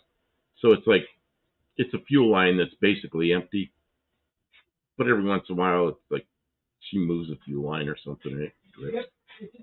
So I'm not really concerned about it. But I am concerned when I smell it. When I smell gasoline in here, with all the fires and heaters and everything, yeah, I'm concerned. And welders, I'm concerned. Well, it's good that you asked, but... And that's why I asked. Yeah, don't worry about it. Anybody that always wanted to light a bonfire by lighting a fart? That never happened. Oh, man. Mark Sauvé, spray brake cleaner in the fuel line. It will wash the residual gas out a bit and will evaporate fast. Yeah, I suppose we could do that. No, we don't need to do that. There's so little in there. It's like you're making a bigger problem. It's really so little that I'm not really worried about it. Not worried about it. Just don't want the propane leaking. Oh yeah, that's bad. We don't want propane leaking. Oh yeah, the propane will kill us. You guys see the end. If anything happens with the propane, And then World of Wood Chips said, Danny Boyd, do it. Do what? Like he's talking about lighting a bonfire with a fart. So, I bet Danny Boyd. I get a lot of views. You get do a live, or even just do a short of that. You get 100,000 views. I mean, that's right up the IQ of pretty much everybody on the platform. Just set up the camera and cut a place in your pants so you're not showing all your stuff, and maybe put a little tube in there or something. Point it at the bonfire. Like a toy.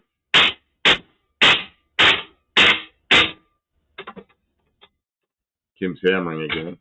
That's okay. Oh, what the heck? I can't see if we have any audio. There we go. We do have audio. I looked down at my audio meter and it was gone, but I got it back. No fireworks till the 4th of July, says Daniel Morrissey.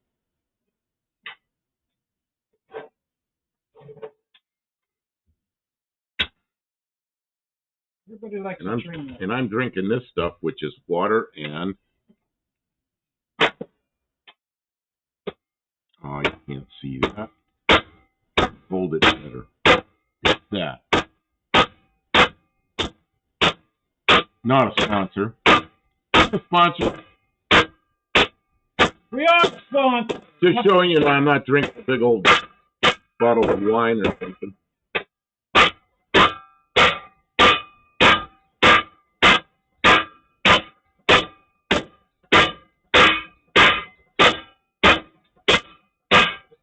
And rate this. Make sure the underdrawers are flame resistant. Underdrawers?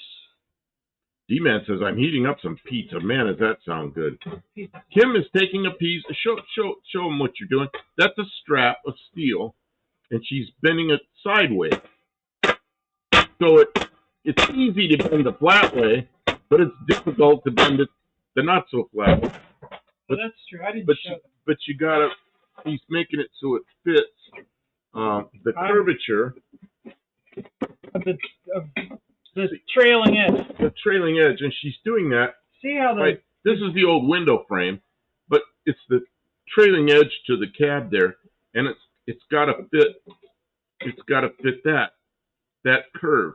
So she's using this. If you put it up against something straight, it really shows. Yep. There's a lot of curve there, you know. So she's making it the same curvature. So I'm trying to make it as the back of what the back of the cab will be. The curve. I'm getting closer. You're getting real close. That's not too bad. Yeah, that's actually really good. Sorry for the bang. Mark Sylvain is not whacking the flat bar on the ground again. No, this worked better. Nah, it doesn't work. It didn't work well. See, that's what Bad Chad was doing, but he was doing it with probably not with a piece of flat stock that direction. Because we tried that, and it just flipped sideways and bends the easy way. I mean, it works. It's just we're not good at it. Danny Boy says clubbing seals in the Atlantic. What? Stevenson, pulling my. What is that word? Oh, man.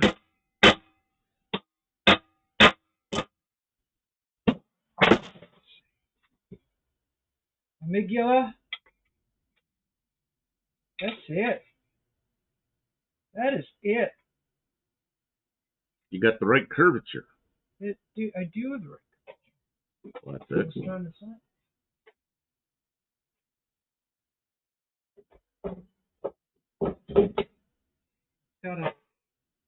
You see that the ice wall prevents it on the Truman Show. Is the ice wall? Oh. Yeah, see, well, and that's going to be, you've got to get it so it curves that direction too. Yeah, I got to put that. Yeah, you got to put that, you got to get it to crew. That's not so bad. Luis says he's back. That was a long intermission. There's a marker over to your left hand. A marker on my left hand. There sure is. Can you open that up? I don't know. Okay.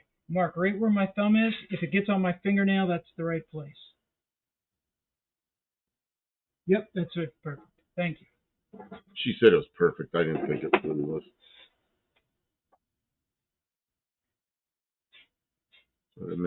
Danny Boyd just never saw it. I'm not sure what that's about.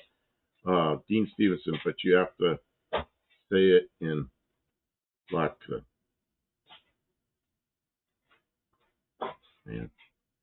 Danny Boyd, I remember when Harry Truman died. I remember that too. No, when was Truman Show and Harry Truman are two different people. Harry Truman died, what, in the 74? Was it that late? Was it that late? 72 maybe? Maybe it's 72. My grandparents lived in Florida. They came out to California to see us, and they stopped in Missouri, and they met Harry Truman. Shook his hand, talked to him for a while, and that was the highlight of their trip. You know, they were World War II era, so they were all just really happy they got to meet the guy. Pretty interesting. World of Woodchip. It'll make you smile, give you the thrills, and absolutely make you cry. Danny Boyd, 1972 maybe.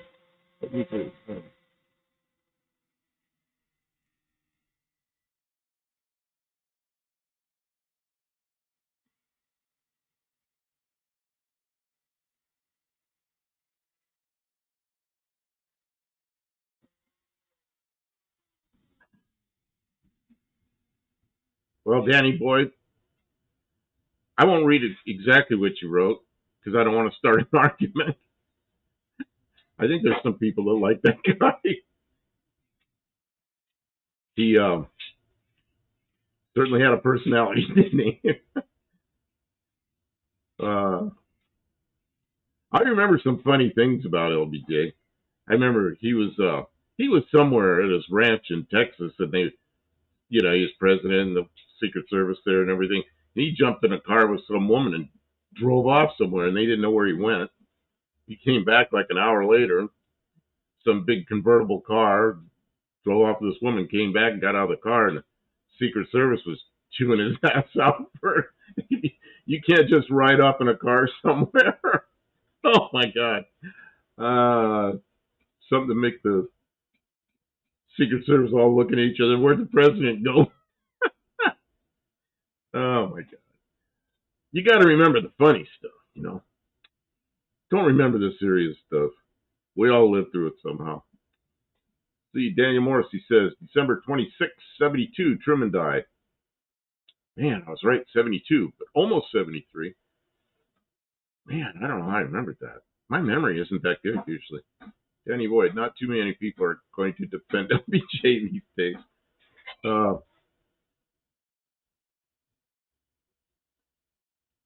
Gene Stevenson, at least the submarine didn't get him like the Australian Prime Minister. Very good. I don't even know what that's all about. EFOG's here. Good evening.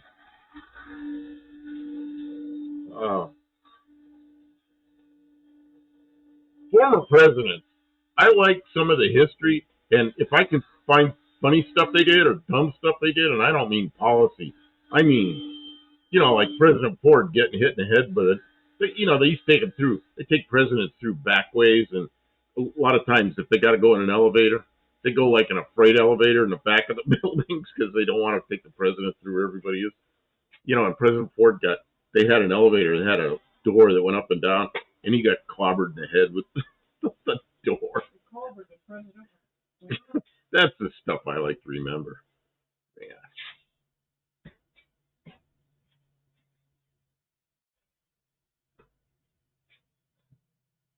Or like, who was it? The first President Bush standing there saying that he wasn't gonna. His mother made him eat broccoli, and he hated broccoli. He goes, "I'm the president of the United States now, and I'm not going to eat any more broccoli." It's like, all right, jeez. Broccoli Growers of America sent a bunch of broccoli. Washington. Oh man.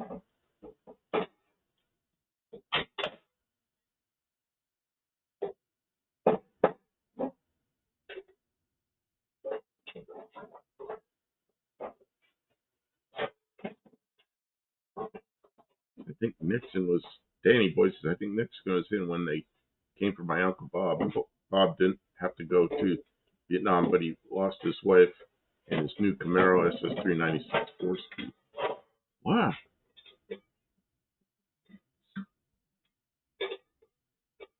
Danny Boyd says it just shows you that Bush has no taste. Well, Kim won't eat broccoli either, but she won't eat broccoli because it upsets her stomach or something happens. Daniel Morrissey, Kim Buff, both have great minds. And he shows two brains. Man, there's people who would think that's food. Man, I used to go to the store. The store we go to now doesn't have that stuff. I used to walk through and I'd see things like beef brains. I'd look at it and go, why is that in with the food? I'm sure people eat that. Danny Boyd, Texas sure gave us some bad presidents. Every state's given us bad presidents. Jeez.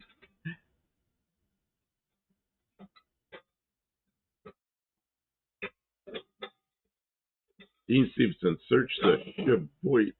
Or is that Chaboit? Or is that a French word? It's Chabot. Chabot. Beach Herald Holt submarine death conspiracy.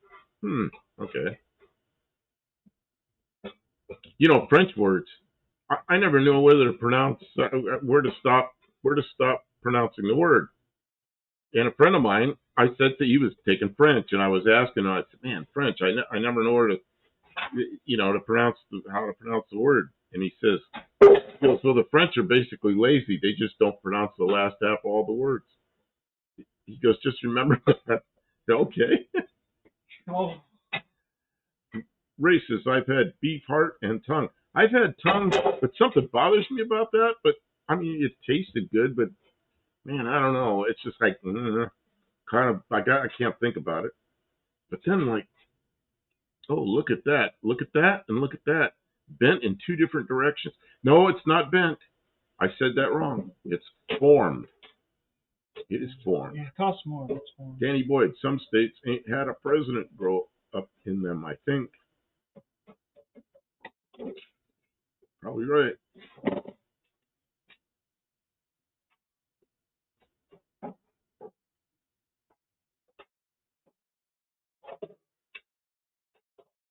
T-Fog's over there crying. Crying? I don't know. Okay. Cheers for something. Can I have that marker, please? You want the marker again? I'll try to. I got it. Let's see. Doctors do what the French do all the time. Oh, I used to have a doctor when I was a kid. He died young. He was a young new doctor in town, but he died really young. His name was Eckegren. Dr. Eckegren. He talked a little well, and you had to really listen. But he's a smart guy. I always thought I always listened to everything he said, but I had to listen close. Yeah. I don't know what happened to him. He died when he was 50 or something. Danny Boyd says, I do not eat organs. I eat liver now, and I cooked liver the other day, and it was so damn good. I learned how to do it right. Kim even liked it. Ray says, compound curve. That's right.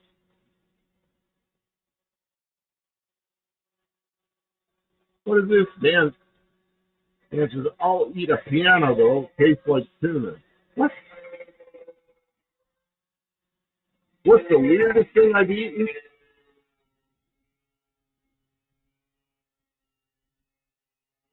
I'm thinking about that.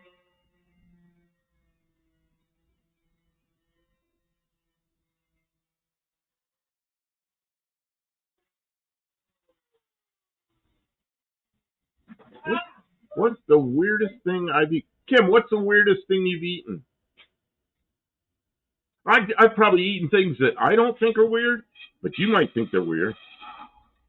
One that I call, we were talking about presidents and eating weird shit. President Nixon, his favorite meal was cottage cheese with ketchup. And I like that. And I always call it Nixon salad because it's so screwy, So, you know how presidents eat. Big meals that are made by, probably the fanciest, most expensive stuff you can get. But here's Nixon in his office with cottage cheese with ketchup on it. But, he grew up poor. It's probably something his mother gave him when he was a kid, It just seemed right. Danny Boyd, I drank Aunt Jemima straight out of the bottle. Yeah. Dean Stevens says escargot. There's a guy I've been watching. He's got a YouTube channel, and he's done this last 2 weeks. He's doing this for a month.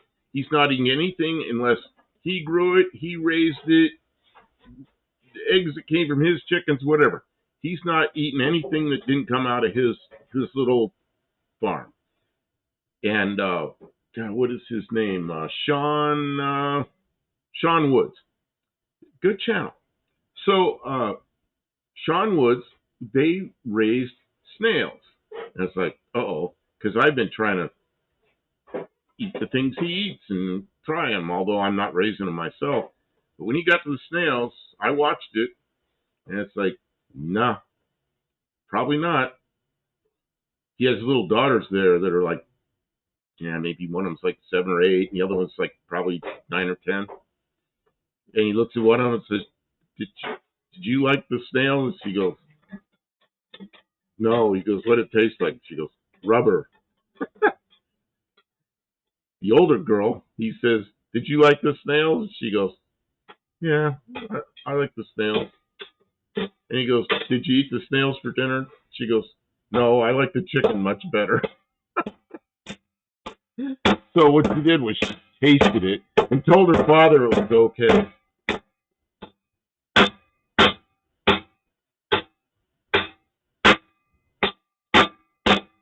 Dean Stevenson says, Millhouse managed a local store. He managed a local store, and he was also a sharecropper. Truman was a haberdasher. That's right. Does anybody know what a haberdasher is? I know what a haberdasher is.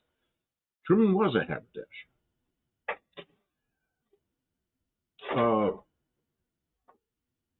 Danny Boyd, Worcestershire sauce shots. Oh my gosh.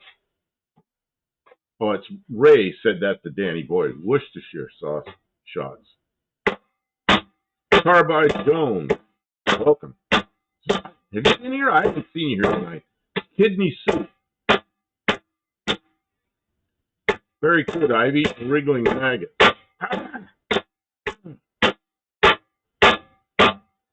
That sounds like some kind of... Daniel Morrissey. We were Italian. Back when I was young, the family used to shoot the blackbirds. So we have polenta and blackbirds. Oh, I'm not sure what that is. I know what blackbirds are. Dean Stevenson says, that was J. Edgar Hoover, Dan. What did he say?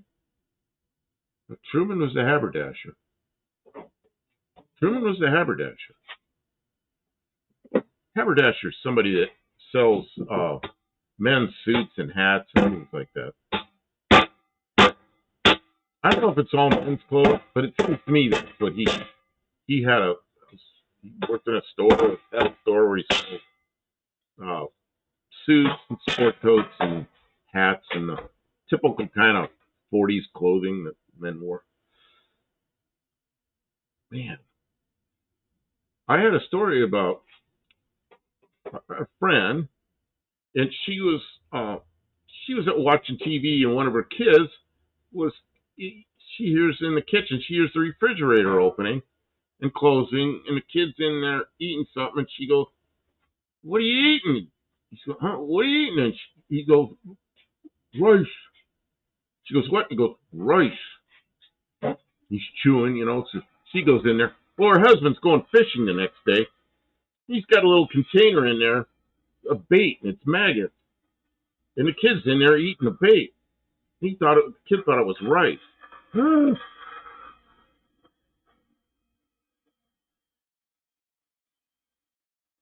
Danny Boyd, I'm speaking my language. It's been a while. Guilty as charged. What? Dean Stevenson says it's hard after eating that roast pig, finding out it was I don't know. Lee says Little GTO. That was a song, I think.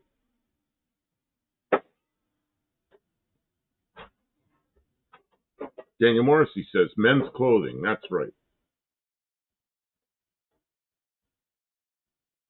Lee says I don't know. Very good, and not willingly. Danny Boyd says, I thought a haberdashery was a general store. No, I think it's men's clothing. I used to think it was hats because he always talked about the hats, but it's actually men's clothing. That's what they were saying. Are you being served?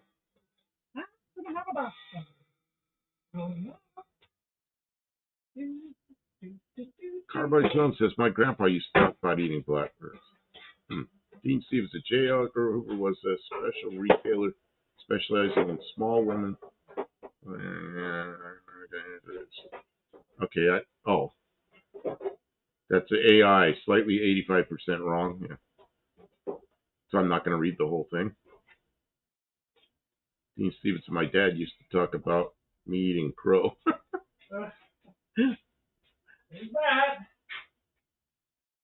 So, Kim, what's the strangest thing you've ever eaten? I don't know. What are those snails? Oh, noise.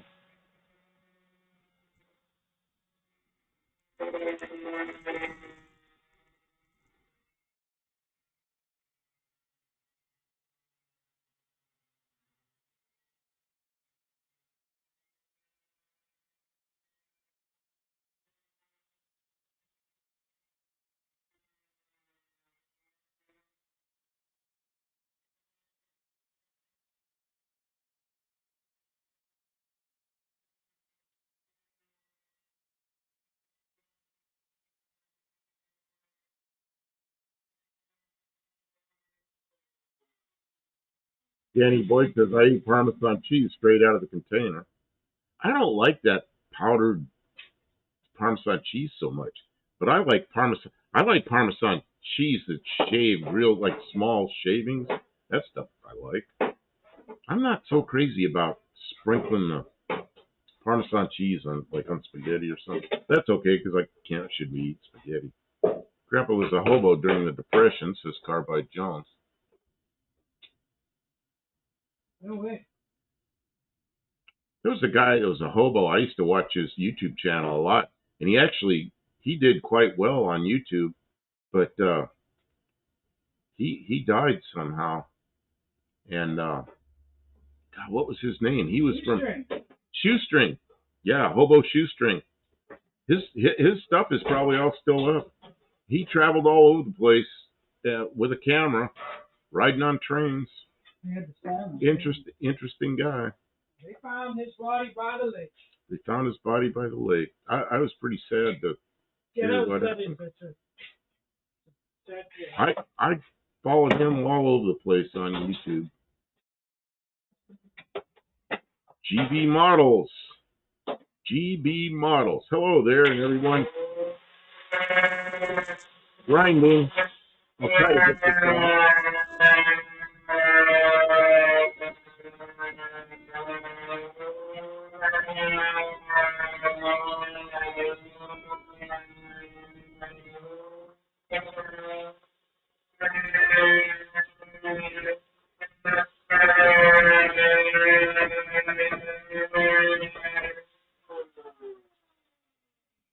Are you stopped for a second? Okay. JB Models. I'm sorry, I got interrupted with a grinder. But that's okay. That's what we're doing here. Hello there, and everybody in chat. How are you going from Australia? Oh, he's from Australia. We have a lot I think he's from Australia. Viewers. We have a lot of people from Australia and New Zealand. Well, it's pretty much international here. We have Venezuela, we have Mexico, Canada, U.S., India, New Zealand, Australia. Where else? Ireland. I'm trying to think where else people are from in here. God, that's what I say. It's an international show. It's really weird that we're so wide audience like that. The U.S. It is fun, yeah.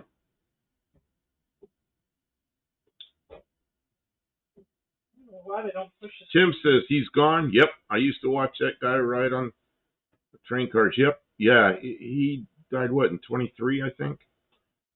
He's been gone for a while. He'd been sick and in and out of the doctors and took a couple more rides, and then he went for a walk down behind his apartment. There was a lake, small lake, or a big pond or something, and they found him drowned down there or something. Yeah, it's pretty sad. So nobody really knows what happened. They don't know if he had a heart attack or something and ended up in the water, or if he was. Nobody knows. They found him, and he was missing for quite a few days before they found him.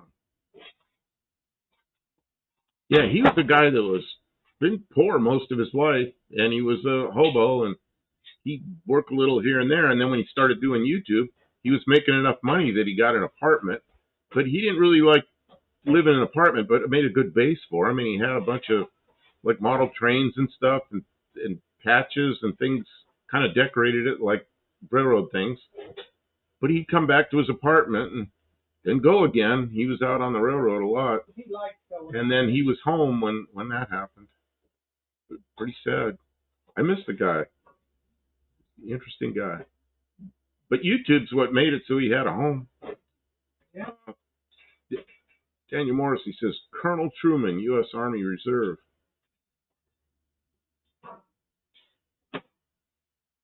Buddy Carafano, grandfather watched Red Skelton as a hobo. Oh, he was funny, wasn't he? What was his name as a hobo? Oh, God, I can't remember his name.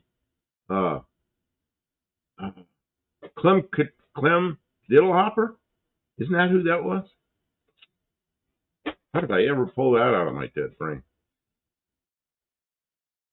Yeah, Danny Boyd says, yeah, he died in the last 2 years or so, maybe 3. That's what I was thinking. I think he died in 23, but it may have been 22. I don't know.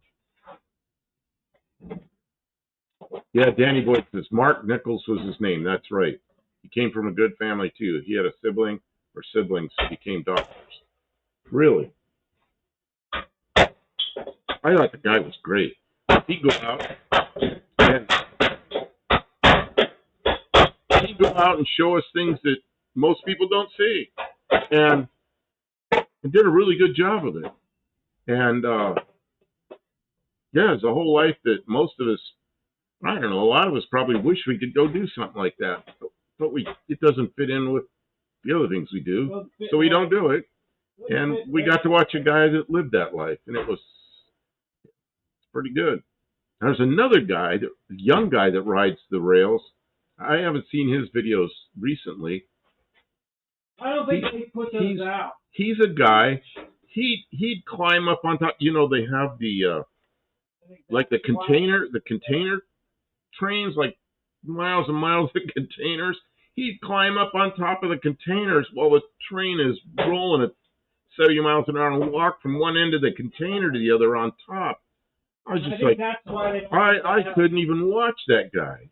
I was afraid he's going to take a spill. I'll bet you got monetized for doing that. Sure, the railroad doesn't. Oh no, it's illegal as hell to ride on the rail. Yeah, I'm sure the railroad, when they caught wind of that, you can get famous on the internet for hopping trains, they probably did not want that to continue. Well, and Shoestring got to be well known enough. He was concerned about the railroad police, and the railroad police are actual police officers, but they work for the railroad. But he was concerned with them, but the engineers kind of liked him. And a lot of times the engineers, if they were stopped or if they were going real slow and they saw him and they knew who he was, they'd open the window and they'd throw him bottles of water and snacks and stuff. So they were almost supporting him, you know. Yeah, but they're not allowed. Then they're not supposed to be doing that. They're not allowed. Somebody will get killed on the train, and then the whole thing falls apart. Yeah. Can't. Dean Stevens says, no, Barracuda, that's none of it. Canada, that's where the country's largest island and 5th largest in the world. What was that? I don't know. And then Luis says, Casa Bonita. Tim says, I bought a couple of Red Skelton paintings in Hawaii in '86.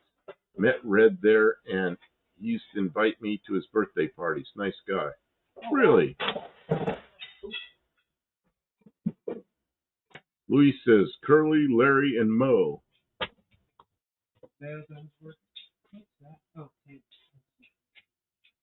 Why did you call him Curly if he had no hair? Let's see. I learned a lot about the railroad from him, says Danny Boy.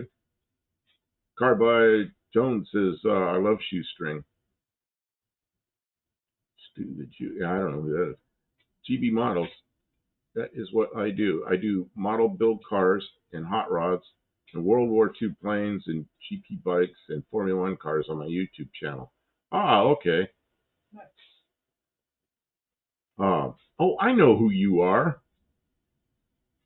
I'm sure I've watched your channel. Well, welcome in. Sorry we didn't recognize you. Sorry I didn't recognize you right off. Yeah, I used to build. Sometimes when you're out, you don't make the connection. I used to build a lot of model cars, but I started building real cars and real airplanes and now real cars, and I suppose I'll graduate back to models at some point. Danny Boyd says, bulls will get you. Yeah, the bulls, that's what they call the the railroad police. Railroad police is what I said before the hammer. Let's see. Dean Stevens said, I like 10-speed and shoestring USA TV at its finest. Dean Stevens says, Jeff Goldblum and Ben Vereen. Huh? Goldblum. Dan Boyd. Hobo Stobe got killed on a track. He sure did.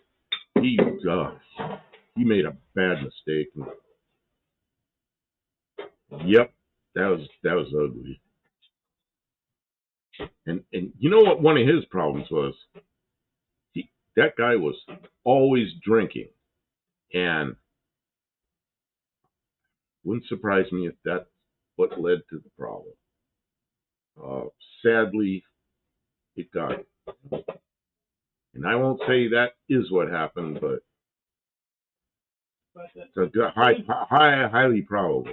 Let's see, Tavo. Have a good night, folks. I have to crash for a while. Take care. Take care, Tavo. Don't crash too hard. Just rest, baby. Just lay back and rest. Yeah. Rest, hon. Thank you for being here. World of Woodchip. There was a channel. Brave Dave did a series called Dave's Big Fat Freight Hop. Made it all the way across Canada. TV Models. Thanks for watching my video. I appreciate it. Yeah, sure. Yeah, and I did so many models when I was in my teens, but when I turned 16, I didn't do too many after that. I did a few in my 20s, but not many.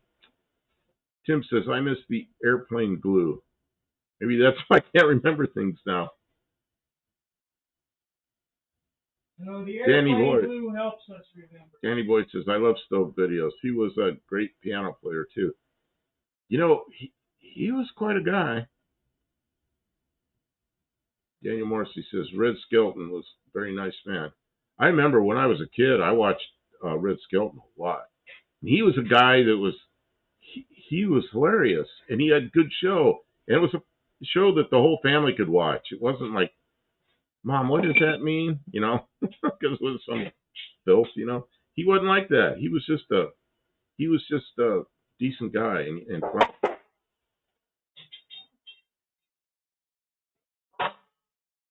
Oh. Well, Kim's going, oh, what's wrong? What I needed, and then I dropped. She dropped something.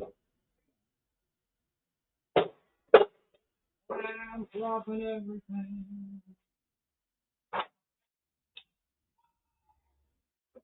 Getting tired. I can tell because my hands. Okay, so Kim says she's getting tired, and you know what? We've been on here for 2 hours and 7 minutes.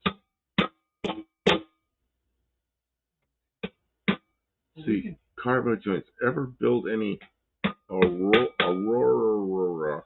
racing scene models? Aurora, maybe? You know what I did? Aurora made HO scale slot cars when I was a kid, and I built a beautiful big track. It had an intersection in it, and I had all little buildings and plants, and it was like a whole thing, and it was a 4x8 sheet of plywood.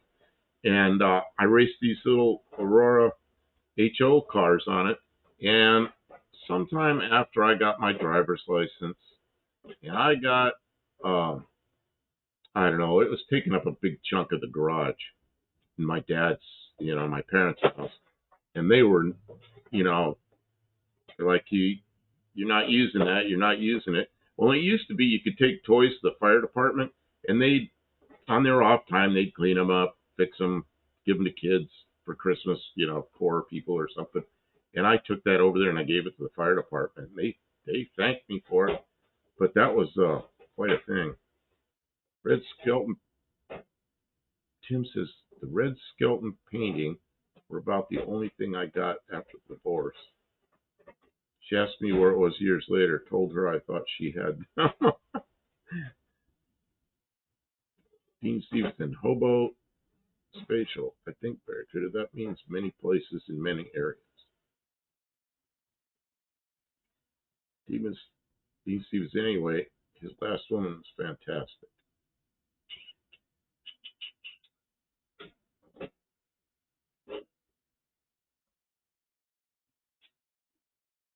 Tim, what you doing right now?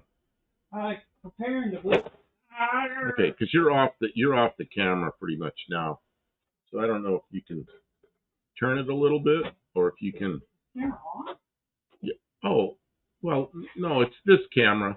So it's me that can turn. I'm sorry, I'm the idiot, not you. I am the idiot. There, I turn it up so people can see you now. Here, I'll put this on because the thing I'm doing could be mildly interesting. Okay. So we'll go a little bit more, and I will turn this, and then I'll switch to that camera.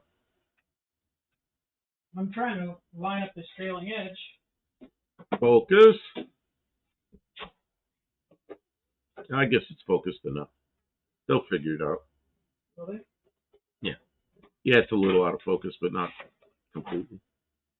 But they're starting to see what you're doing. Before you do that, that paint will probably burn off, but I was thinking we're going to want to. Well, actually, once that sail panel's on there, yeah, that we'll be able to buzz that paint right off there. Oh, no, I'm not going to weld it to the panel yet. Oh, okay. All right. So are you just trying to get the trailing edge in there? Yeah.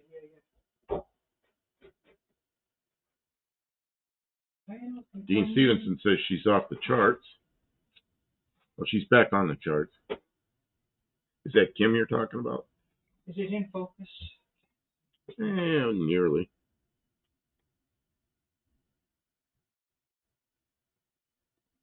I don't know.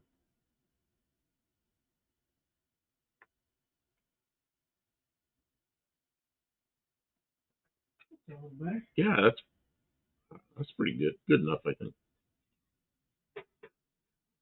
Bend this back out.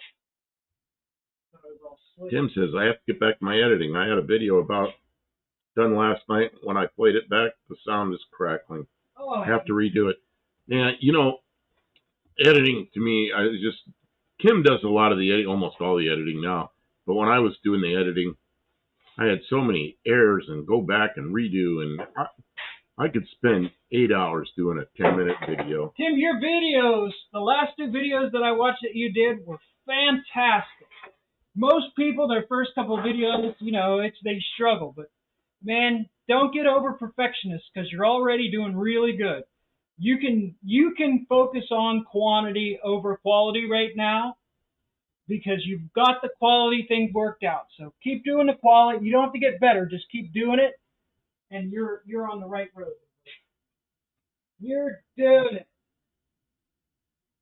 Doing it. Okay, I'm going to put a weld in this corner right here. Are you going to? Yeah, I guess that'll work. Yep. We can just round that. Like you put a weld there, and we can take a little bite of short strand right there, and just put a tiny bit of radius on it. It'll be strong. It'll be fine. That'll be good. Yeah. Does everybody see what she's doing? That trailing edge will line up with that rail that we put there, the edge of the pickup bed, and then it's the curve, and then it also lines up with the top of the trailing edge of the top of the top. This thing here. You really can't see that trailing edge, Kim, but when we get it tacked in place, we'll be able to show it.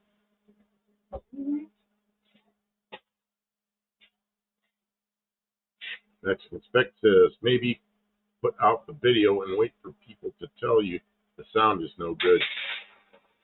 That is interaction. Ray says my videos are very amateur. That's probably as good as they'll get. But you know what? The videos I don't like watching are the ones that are so professional they look like what they did on television, which is all the zooming out, ching-ching, and noises, and banners, and all the crap. I like to see reality. And reality isn't always look like professional TV or a movie studio. It's reality. And there's nothing wrong with that. I mean, look at this. No TV show would do this. They'd have ching and stuff, just all this stars and, oh my God, you can imagine. Tim says, found a video where Kay is in front of me. You have to watch it when I put it out. Keep in mind, no parquet, yeah. Kim, I think that's looking good, says Ray.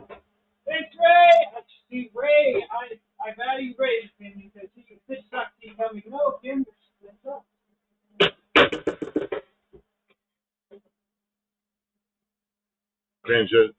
Granddad's Junk says, I don't do any editing. I struggle with technology. Yeah, and that's okay, too. You know, a lot of my videos, the shorts, I never edit them. You don't like this. I either get it right the first time, or I redo it, second, third, fourth, fifth time, sometimes 10 times. But I'd rather do it 10 times over than go in and edit it, because you start editing, you're going to spend a couple hours. And Ray says, gonna lose the shop every week. Oh yeah, there's all the people that say that. Gonna lose the shop. Louise says, Kim, that's very good. Love it. Very good. Anyone seen the movie Emperor of the North? A Depression-era depiction of hobos, starring Lee Marvin and Ernest Borgnine. Have not seen that. See, I had an uncle, my father's brother. I was always told that he was a hobo just prior to World War II, and he was older than my father. But then he went in the Army, and he did real well in the Army. He was in World War II. I don't know where he served in World War II. And then after the war, he got out of the Army, and then he ended up in the reserves, because that's just how it is. When you get out, you're automatically in the reserves. The Korean War came, and he ended up getting pulled back in for the Korean War, and he was in Korea, and something happened to their officer that was the officer in charge of them, and so he got a field commission. When he left Korea, he was, I think, a first lieutenant. Got back to the States, and he thought they'd take that from him and he'd be a sergeant again. And no, he actually got promoted to captain, and he ended up retiring from the Army as a major.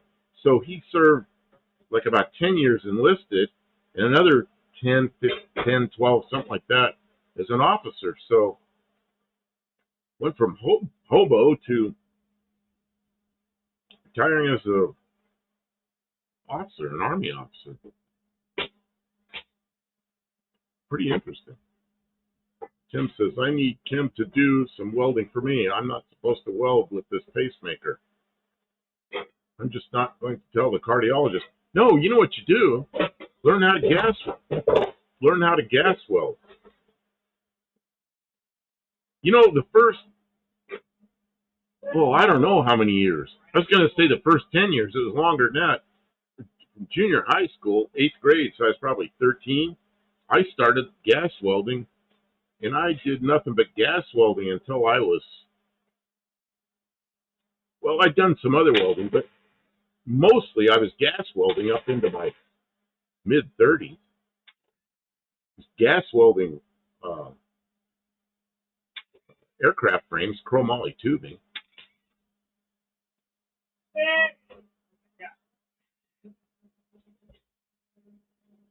You just got to watch the gas welding around sheet metal. I knew bodymen that could gas weld sheet metal without warping it. I don't know how they did it. I get near with a torch and just warp. Just at the thought, but man. It sees you coming and warps.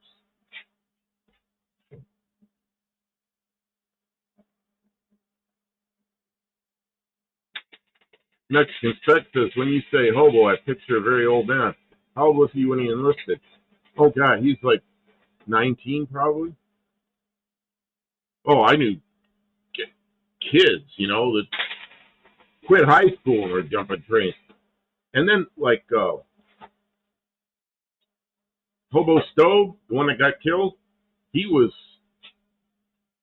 well, he served in the Coast Guard, won enlistment, got out, and that's what he was doing. So he was, I don't know, when he got killed, he was probably late 20s, something like that. And then,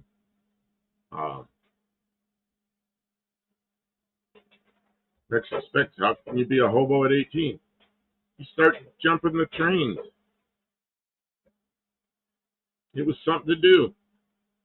You know what he'd do? He'd get off train and find some work and make a few bucks and get enough to eat and go again, stop in some other town. The war came along and joined the army.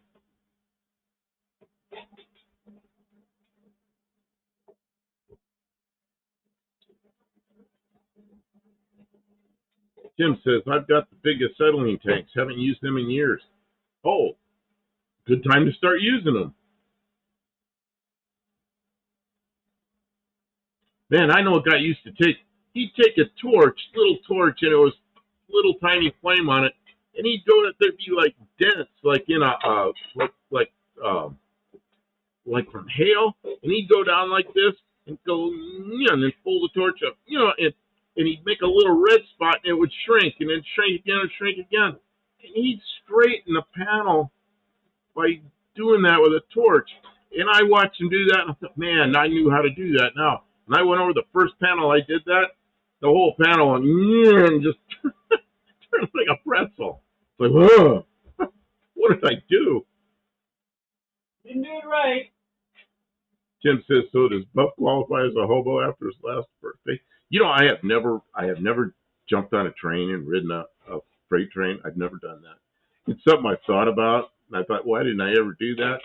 Because it was illegal, and it's just like something that's like I was always had a job or something, and then watching Shoestring, and Hobo Stove and those guys, that made it.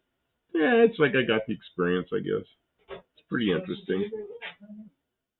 Hobo Stove I used to watch a lot before I found Shoestring, and then Hobo Stove got killed before I started watching Shoestring. But Hobo Stove he drank a lot of beer, and I don't know. Look at this. Kim's fitting that up real nice. That's going to be the sail panel. Now the Australian one has a little, like a exit scoop back there. I'd call it it's not a real scoop. It's just like an impression in it. But we're not going to have that. That'd be too hard to do. It'll just be a sail panel. I suppose we could put like a pinstripe that makes that little shape or something.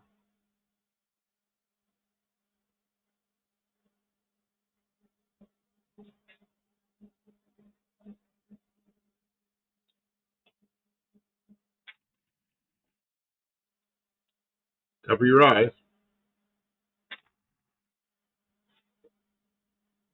Finish my drink. That was a good drink.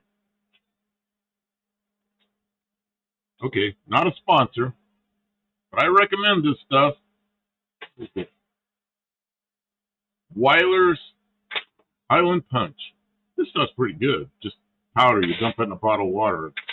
I use this at home too now. I'm drinking a lot less sodas, and I'm putting one of those in a big, tall glass of water. Pretty good.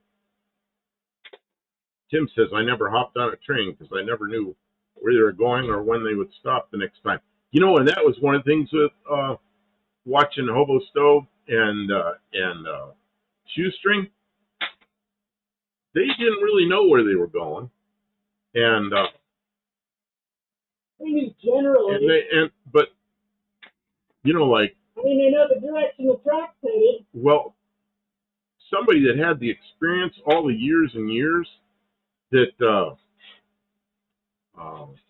Shoestring had, he had a radio, and he'd listen to him. He knew all the lingo. He knew the codes. He knew this, kind of understood the schedules. But trains still, they end up stopped, or they end up in a siding for somebody else to pass, and you don't always know the priorities. So sometimes he'd end up somewhere where he didn't want to be. But But in general, you're not going anywhere. He kind of knew where he was going. Outside the direction of the track. Okay, Kim, can you get kind of a side view of that? Oh, you're doing it. So they could see the trailing edge shape of that up top. Yeah, see how that's going to look? Man, that looks pretty nice. Yeah. It's hard to see because there's no contrast on that trailing edge of that top, but yeah, that looks really good. Oh, I see. You wouldn't see. Yeah, it's like it's the same color. So, oh, there you go. Maybe that shows it. You just got to move the camera slower up there at the top. I don't know. Yep, so you see what it looks like. Yeah, you see what the trailing edge is kind of squared off, and then it swoops down. That's the piece you just made. And then at the bottom, oh yeah, you can see that. And then put it at the bottom, you can see where it joins up with the rail, and then you can show that rail goes the length of the pickup bed. And what we'll probably do right where that rail connects that piece she just made is we'll probably grind that a little bit and then put a little finger wipe of filler right there just to make a little bit of a nice little radius. And yeah, I think that'll look pretty good. Okay, this camera's done for tonight. Tim says, I'm not a hobo, I'm just old. Yeah, it's me. I'm not a hobo, I'm just old. Tim says, told my wife about the root beer you used. Now she's hooked on it. Isn't that good? Not good. Listen to that. You don't need a sponsorship. Yeah, well. Deserve a sponsorship. Yeah, they should be paying. Good. Just drinking their beverage. Drinking energy drinks. No. Drink sugar-free.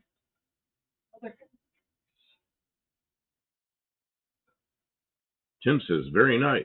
Thumbs up. Thank you. See, I'm working. Were you just shutting off the I shut off the gas. The gas? Welding gas. I'm done welding. Because the problem is the stuff I need to weld has galvanized, and I don't want to get into that. Nope. Man, Kim did a lot of good work tonight. Yeah, good and we put hours in, so I don't want to get too wrapped up. So we're 2.5 hours into it, Kim. We don't have to be done, but I just want to come over here and sit for a few minutes before we're done? Well, I got to make space. You got to make space. Yeah, okay. Oh, and Kim, it's 75 degrees in here. I was wondering why I was so comfortable. I know. Usually I start. Still got really hot. Usually I start getting tired and I get cold, and I'm not cold at all. This is the warmest it's been in here since like a month ago at least. Yeah. And that stove's really going? Oh, it's going. It's a little too hot. I'm going to try and poke it down. It's too hot? It is. It's too hot. Okay. I'm going to get it settled down. And then, I see. Yeah. Too much wood or what? Yeah. Yeah. She's going to mess with the wood stove for a minute, and then she'll come over here and sit here with me for a few minutes. Yeah, I always thought it'd be fun to ride the train, but no, anytime I rode on a train, I paid my way, or somebody paid my way. I paid my way, all but once. One time I didn't. I was in kindergarten, and we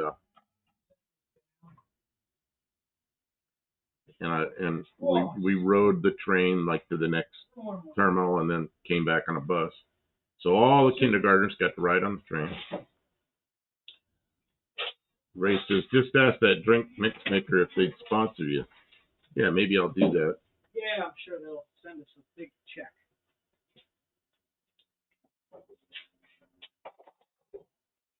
Granddad is showing dose. Oh, does your fire struggle to heat the workshop?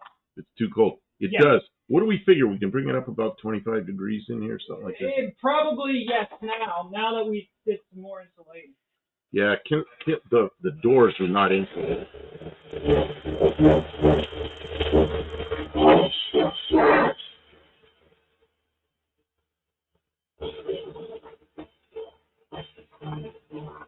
That is noisy.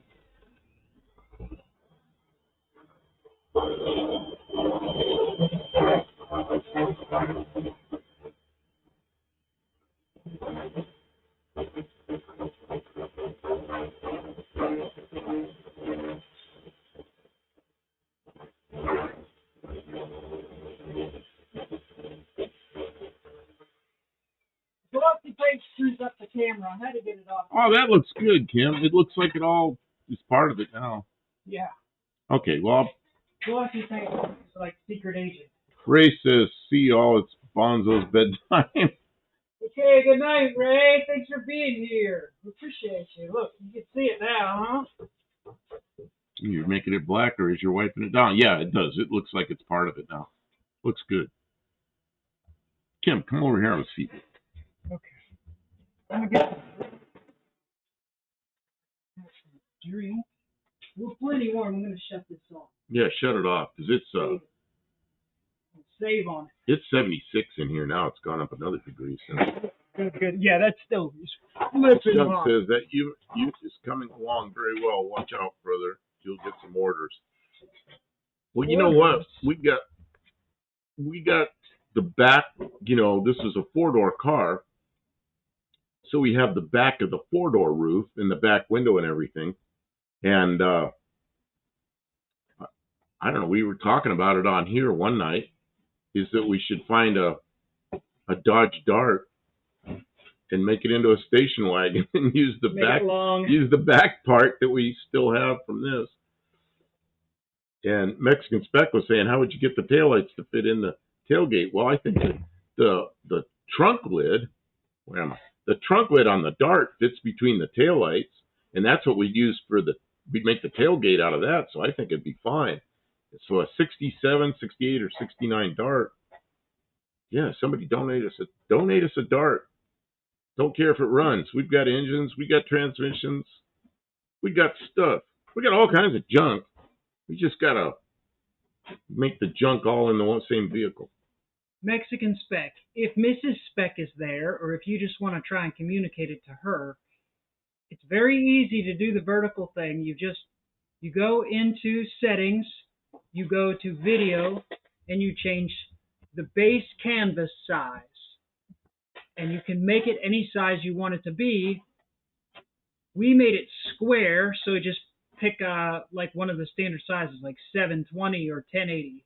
So like we made ours 1080 by 1080, and then it's square, and that puts it in the shorts. Where do you do that? You don't do it in the software.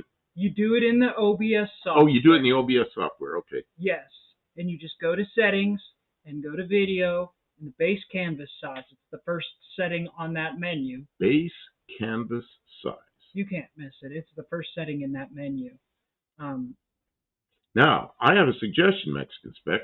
Your pre-made video where you're showing all the cars are in what I call back and forthy. Not all the way, but like this. But if you go to the full up and down, they're going to be little tiny things. And if you go to the square, you'll see more of your video, but you'll still get in the feed to the phone, so people can flip through it. I mean, I'm gonna recommend you just make it square, but you know, try as you will. It's experimental, and you know, let us know how it goes for you, basically, because you know, like we know Mo Parquet gets tons and tons of like swipes. Lots of views because she's in the uppy downy, and they throw her out to a bunch of people. So I noticed we both noticed it when we did the square, so it was going out to the people on the phones. Right away, we had like 208 views, which is a lot for us, but nobody stuck around because you know they were just flipping through, and their attention span is like 3 seconds. But if you got an old man and a junk car. If you got something interesting up there, it might help. We might grab 1 or 2 new viewers every time you do it. You might get a lot, some more viewers. And while I'm talking to Mexican Spec about his lives, when you're going down the road, your volume's okay. I got to turn it up a little bit. But when you're at home doing that, I got to crank my volume up almost all the way to hear you. And then I forget. And the next video I'll go through about blows my speakers apart, and I got to turn it way down. So I don't know what's going on there. But maybe... Well, it's a different setup at home. Yeah, maybe you can kind of look at that and try to figure it out. Oh, he's more than 2/3 towards his 3,000 view hours. We are closing in on. Oh, that's really good. I thought you needed 4,000. Did they change it to 3,000 view hours? Either way, there is a step at 3,000 now. Oh, okay. And then there's a step at 4,000. I don't remember what you get. Either way, Mexican Spec, over time you're gonna get it. You're doing more of those lives, and they're better. They're better quality. Like there's all kind of good reason for people to come back. What is it at 3,000? You can do super chats or something. Super chats are nice. He says he has the mic on the bottom part of his shirt for both of us. I will put it higher next time. See, on your shirt might not, like if you could put it out in front, but if you're moving around, that's different. It's exactly what I thought. 3,000 is for the super chats, 4,000 is for the ads. I mean, you'll get it. You get it.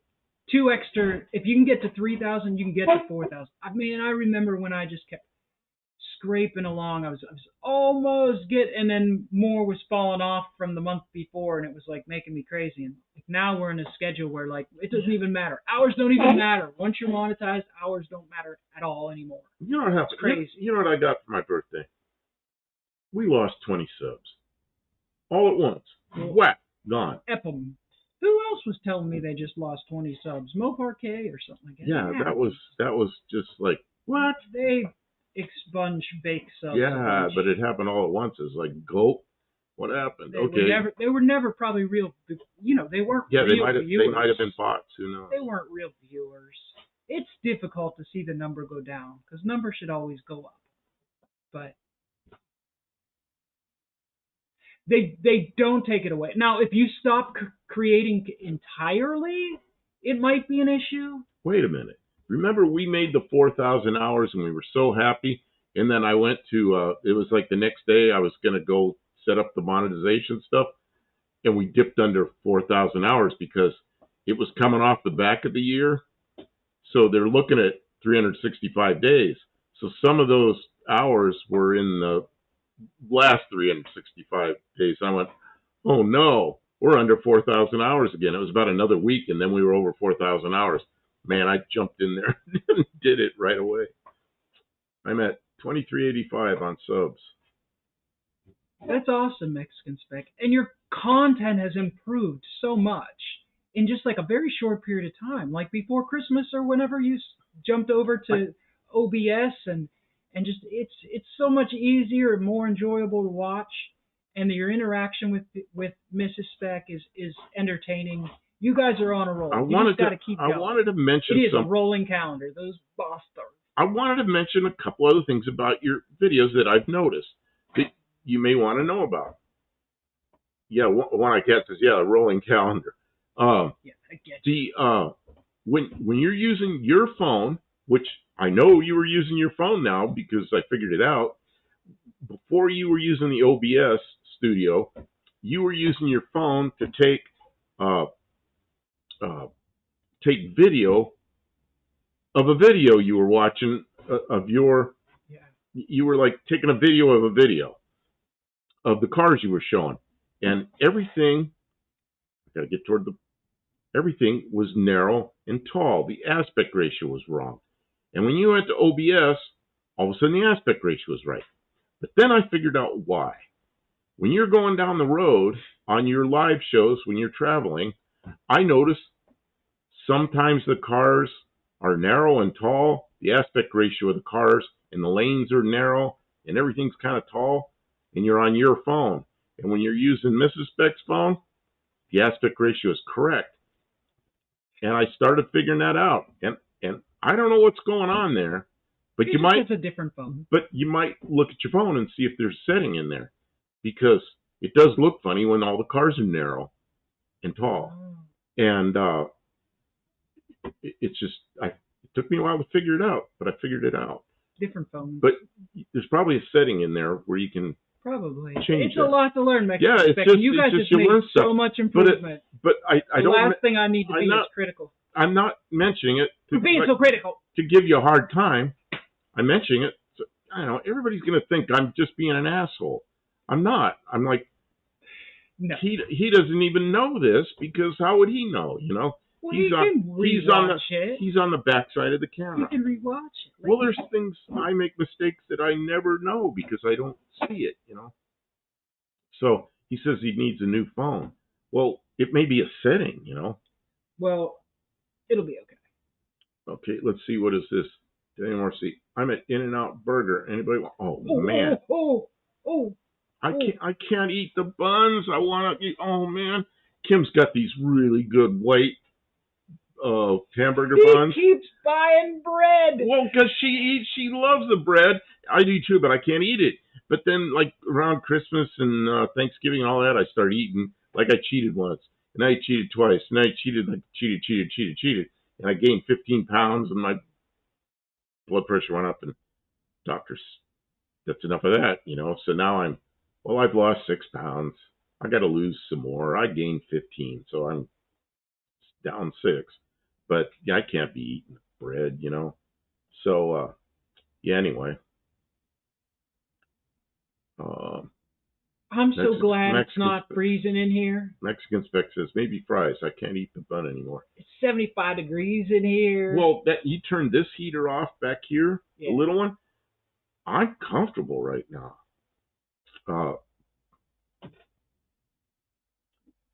Dan says, yes, please, a nice big kiwi burger. What is a kiwi burger? Is that with kiwi fruit on it? That doesn't sound good. No, it's probably something else. Daniel Morrissey says, animal fries. I think they're building one near us, or is there one near us? Is that an In-N-Out? Yeah. Oh, I think they opened one down in Murfreesboro, where Uncle Tony is. Well, yeah, they moved their offices out of California to I think Murfreesboro, and they're Murfreesboro, Tennessee, and they got tired of California's nonsense. So they're going to start expanding here rather than out there.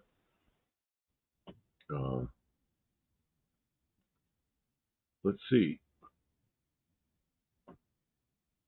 Mexican Spec says, I never knew about the hidden menu there when I lived there. There's a couple places that have hidden menus. Let's see. There's one In-N-Out in Tennessee now. Yep, that's what I thought.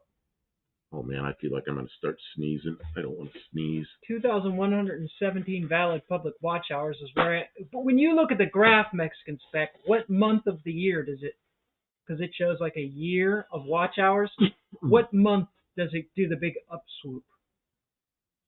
Because that's when you'll get it, for sure, Yeah, valid public watch hours. Why not? And you've got built-in content. As long as you're selling a car now and then, you have those lives. Tim says, Hawaiian sweet rolls. Yes, I know them well. They make hamburger buns.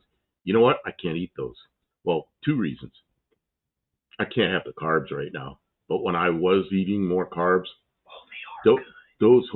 That Hawaiian bread is so good. But within 15 minutes, I got heartburn. So my esophagus is on fire. And I don't know why. The other bread that does that is Wendy's.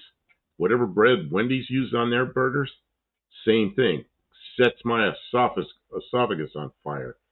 And, oh my God, it's those 2 breads that do it. And they're both really good. But I can't eat them. I don't know why. And now, of course, I've not eaten any bread. Granddaughter, I think, moved, and she's the CEO. Yes, that's correct. He doesn't see a graph. Are you in YouTube Studio? Let's see. Who doesn't see a graph on it? Well, you'll find it, Mexican Spec. Where am I missing that? At the very last thing. You know what I did? How did this? You know what happened? I changed that. I wonder if we missed any chats because I was in top chat. You know what happened when you were messing around over here? It reset this? Yeah, Buddy Carafano said chocolate milkshake. Thanks.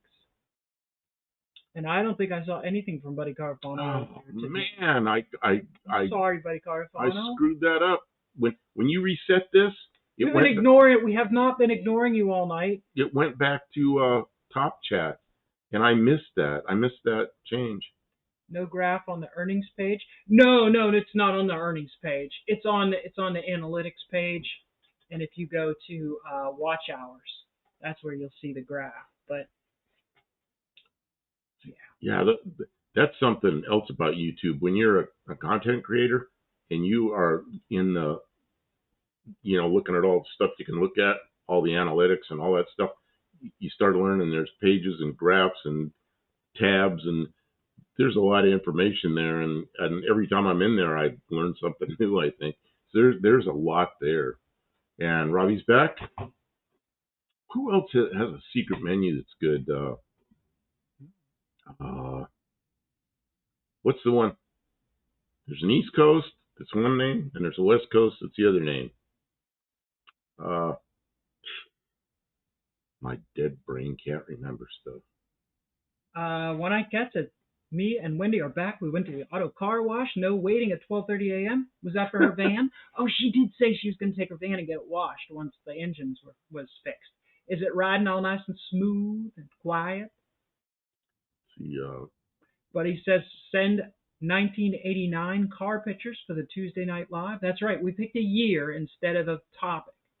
So just what you liked, what you don't like, something interesting from 1989. I already have a 1989, and for a thumbnail, I've already worked on it. Ooh, 245 watch hours from 3 road trip lives. That's a lot. Awesome. But that's expensive because you had to pay extra for, I know. Just make the best content you can, Mexican Spec. You guys are doing good. But the one that's in the West and the East is Hardy's out here, and Carl Jr. out in the West. And Carl Jr. has hidden stuff on the menu, and if you know it, there's things that you just order and they have it, but you don't see it up there on their menu. And my friend Carl, the one that killed in the car wreck a few years ago, he was expert at knowing all those hidden menu things, and he liked to order all that kind of stuff, and I never understood it, but he goes, you got to try this, and it was hidden menu things. Ravi says, talking about hot food, Indians and Mexicans have a high tolerance. Oh yeah, don't sleep on Indian food. It is hot. It can be really hot. And then Mexicans got the peppers. So those things are hot too. Barracuda says a kiwi burger has a ground kiwi meat patty. Kiwi meat? What's kiwi meat? What is kiwi meat? Tim says most of our bread is grain bread. His wife is diabetic, but she can eat grain. I gotta watch all the grains right now. It's carbs. I just gotta. And they say there's, what do they call them? The carbs that are also. What do they call that? Effective carbs or something? What do they call that, Kim? Oh, like when like when they're carbs, but they're carbs that are hard for you to absorb, so they don't count them. Yeah, I don't care. I still count them because. Like when there's fiber, they reduce the amount of carbs if it's got a lot of fiber or something like that. Robbie says kiwi is a flightless bird. It's also a fruit. You don't eat kiwi bird. Kiwi bird. You do not. You do not. That's like eating bald eagle. We don't do it. Very cute. Is sometimes Wika meat? What's Wika meat? That meat is kangaroo. Do they really eat kangaroo meat in Australia? I'm sure some people do. Why My wouldn't cat, you? she already did the van, wax and all. Wow. I just had to blow the road salt off my freestyle. You have a freestyle. Man. Oh man, the road salt caked on there. Is a freestyle? And as soon as you drive, it'll be covered in that white mist. Which is the freestyle? Oh, show them the sail panel. Dawn and Wendy didn't see it. They weren't here. No, they weren't here. Kim worked on this the whole time. I welded a trailing edge. That panel she welded a trailing edge on it and put the panel on there. It's all welded up. So that turned out really good.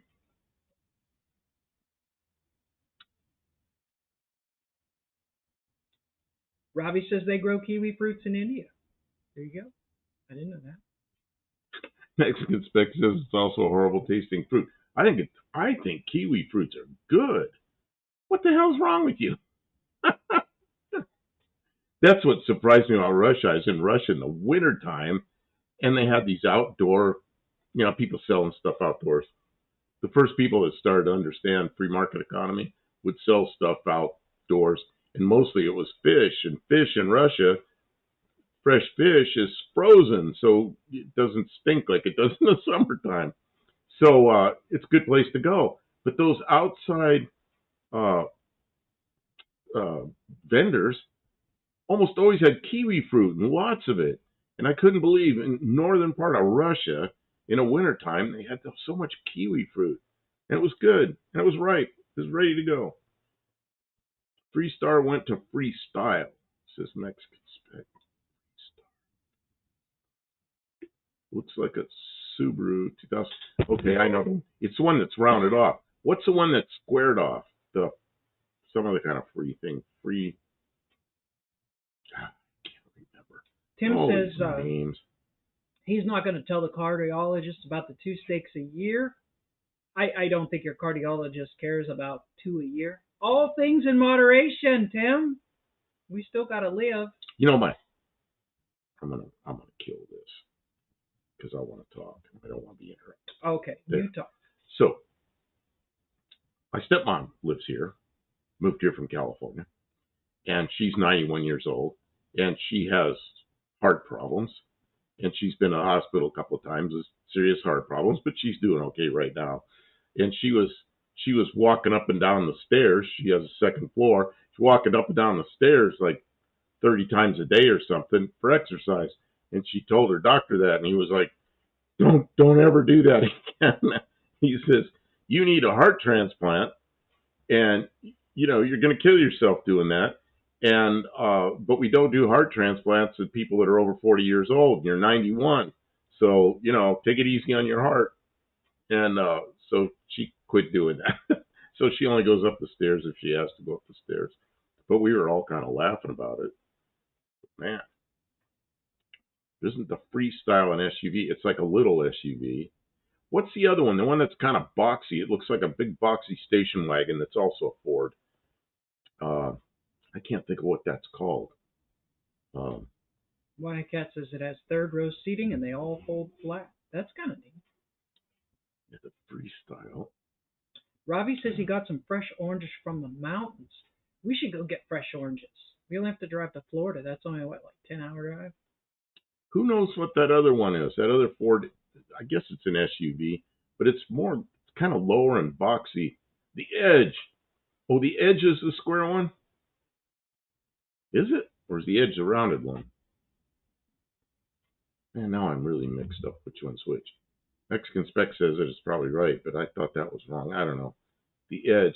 The squared off one, I always want to drive one of those, but they're getting old now. Mark Sauvé says, I think that's the Freestyle. That's what I thought. The Freestyle was the... She'll probably outlive her heart doctor. You might be right. It could happen. Yeah. Look! Don! Sail panel! Look how good! We're getting stuff done. Oh, the Flex. Buddy Carfano says the Flex. The Flex, I think, is the squared off one. Oh, I'm sore. No flexing.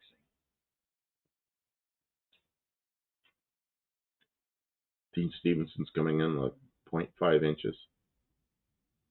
Does not equal... What? I don't know. Buddy Carfano might be right. The one I'm thinking of is the Flex. I think. Is the boxy one. I don't know. It'd be hard for me to look it up right now. So Mexican Spec says, yeah, the Flex. Okay, the Flex is the one I always wanted to drive. But, God, that thing's been around since, 05? They're getting old. Flex is right. Forgot about that model, says Mark. So yeah, and I don't know. It's an electronic car.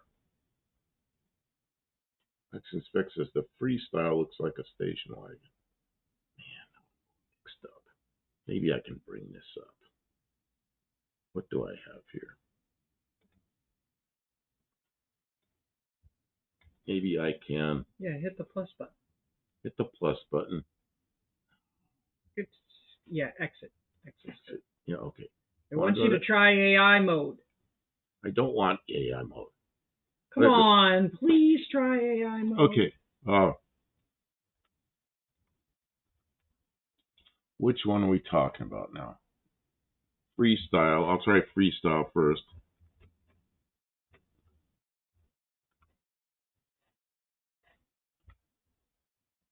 Oh yeah, the freestyle is looks like a station wagon sort. It looks like a Subaru. It's that's what they were saying. Kind of rounded off, and then the edge. What's the edge look like? I'm glad it's not rusty, Wendy. Oh, the edge is a small, and it's kind of rounded off looking. And then what was the other one they were talking about? I'll never find it out because it's scrolling by so fast. Freestyle. Or did I already do that? I already did that. Yeah, that's the station wagon. What's the other one? You said edge. You put that flex. Flex? Somebody said flex. Oh my God. There's 3 of them. Oh, flex. I'll try flex. And also... They're saying it down at the end, too. Flex. Flex. But if you do hamburger buns animal style, use iceberg lettuce. Oh, yeah, I've done that. Yeah, Daniel, I've done that. Okay, I'm going to try flex.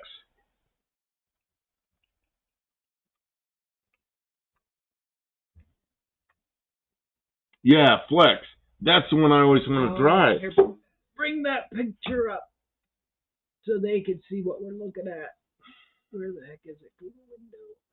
No, that's going to show you something else.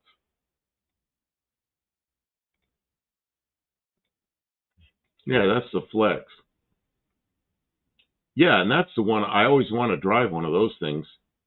But they're getting old. But they're getting old now. Yeah, to me, the flex, all the curved ones that look like there's something that was look flexible, weren't. The one that looks like edge, to me, that has like sharp edges on it. I get them all mixed up because the names didn't sound like what they were. But anyway. A Weka is a flightless bird about the size of a chicken. Thank you, Granddad Chunk. Oops. Jump back over there and get a picture of a Weka. Of a what? Am I saying it wrong? Weka? What is a Weka? A Weka? Weka? You didn't do flex. Yeah, okay, I see what they're all talking about. Yeah, they were telling you what to do. They sell the Ford Territory here. They eat the cat food, says Granddad's Junk. That's funny.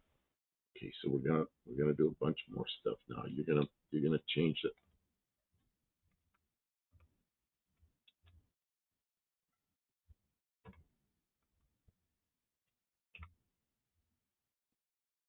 A Weka. Okay, that's not showing the everybody. I know, because you turned that part off. I know. We're doing tricky stuff now. That's a Weka.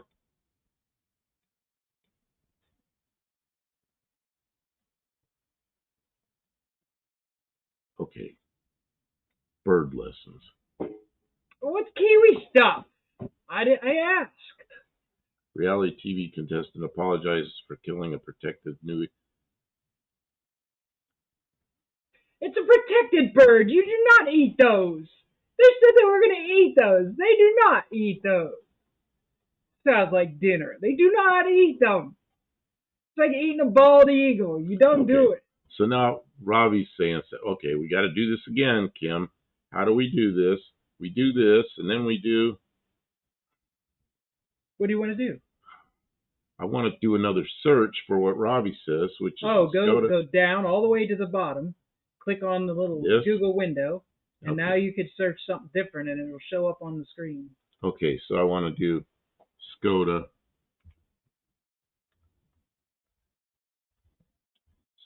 Oh, there's a Skoda bird. That's not what I want to see. Skoda BRS. BRS. Oh. See, Skoda, we don't get Skodas here. There it is. Click on that. I don't know if they can see that or not. Looks like a Hyundai. Well, Skoda's made in India? Yeah, there it is. Yeah, Skoda's, it's one of the Eastern European countries. Where's Skoda made? Czech Republic or something?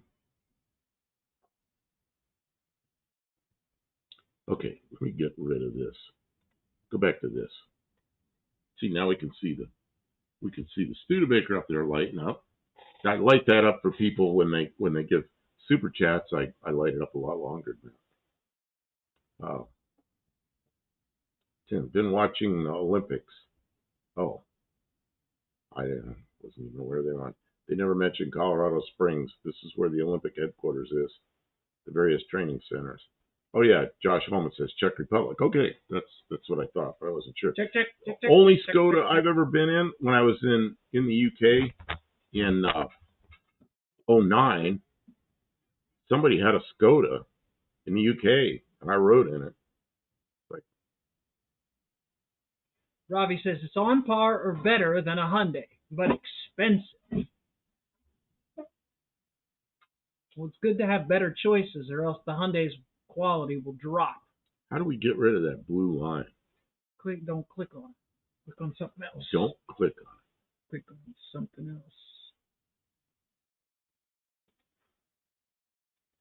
There. Okay, there, it's fixed. Well, the other thing, I don't know. I'm not going to bring it up.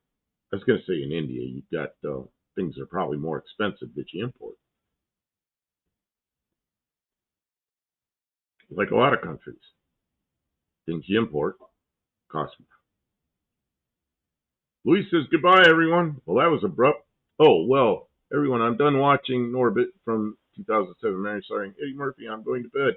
Okay, well, good night. Take care. Thanks for being here. Good night, Louise. God, we've been here 3 hours. I know, it's fun to be done. It's so warm in here tonight, it's easy to stay here. It's a lot easier than when it's 50. Tim says, time to go. Abby is the boss. She says it's bedtime. See, a lot of people are going. Okay, so this is what we're going to do. We are going to wrap it up. Thank you, everyone, for hanging out. And we will be around. Happy Valentine's Day. And not anymore. It's the 15th now. Robbie, well, I guess it depends on where you are. Remind us on Tuesday, and we will look up the Tata Harrier SUV.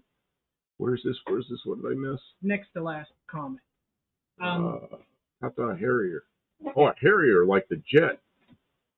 And Tata, of course, is... Is that Tata Motors? China? Tata is in India, and they own a lot of stuff. Oh. Does Tata still own Jaguar? They own a lot of stuff now. And I think they make some big trucks, too. Well, Josh is still here. There's a bunch of people still here. Thanks, everybody, for sticking with us. And we will check out Mexican Spec tomorrow night. They're on late, I think. And we'll be on Tuesday. And that's it. Thank you all. Oh, Robbie says, yes, Buff. I think he's saying yes, Buff, to Jaguar, but I'm not sure. Good night. Don't let the bed bug bite. Nothing that has anything to do with... Let's hope there's no bed bugs. Oh, they own Jaguar and Land Rover. There you go. Okay. Yeah, I knew they had some British stuff that was British. They may still be made in the UK. I don't know, but they're owned by Tata now. I think if I went to register a Tata Harrier at my DMVA, they would say, what? What? My mother went to get insurance on her Ford Fairmont. They came out with the Fairmont. She bought one of the very first ones. She called her insurance man. He goes, you mean Fairlane? She goes, no, Fairmont. And he didn't know what it was. So that's how old I am that I remember that. Okay, we're all gonna. Yeah, I hope the mosquitoes don't bite. Yeah. So, good English night. Good night. I'm doing laundry. You're still doing laundry. She's the best. She's the best. Yeah. Okay. Glad you guys were able to make it, Wendy and Dawn. Good night, everybody. Thanks, Barracuda. We'll see everybody next time. Mark Sauvé, thanks everybody for being here. Take care. but it does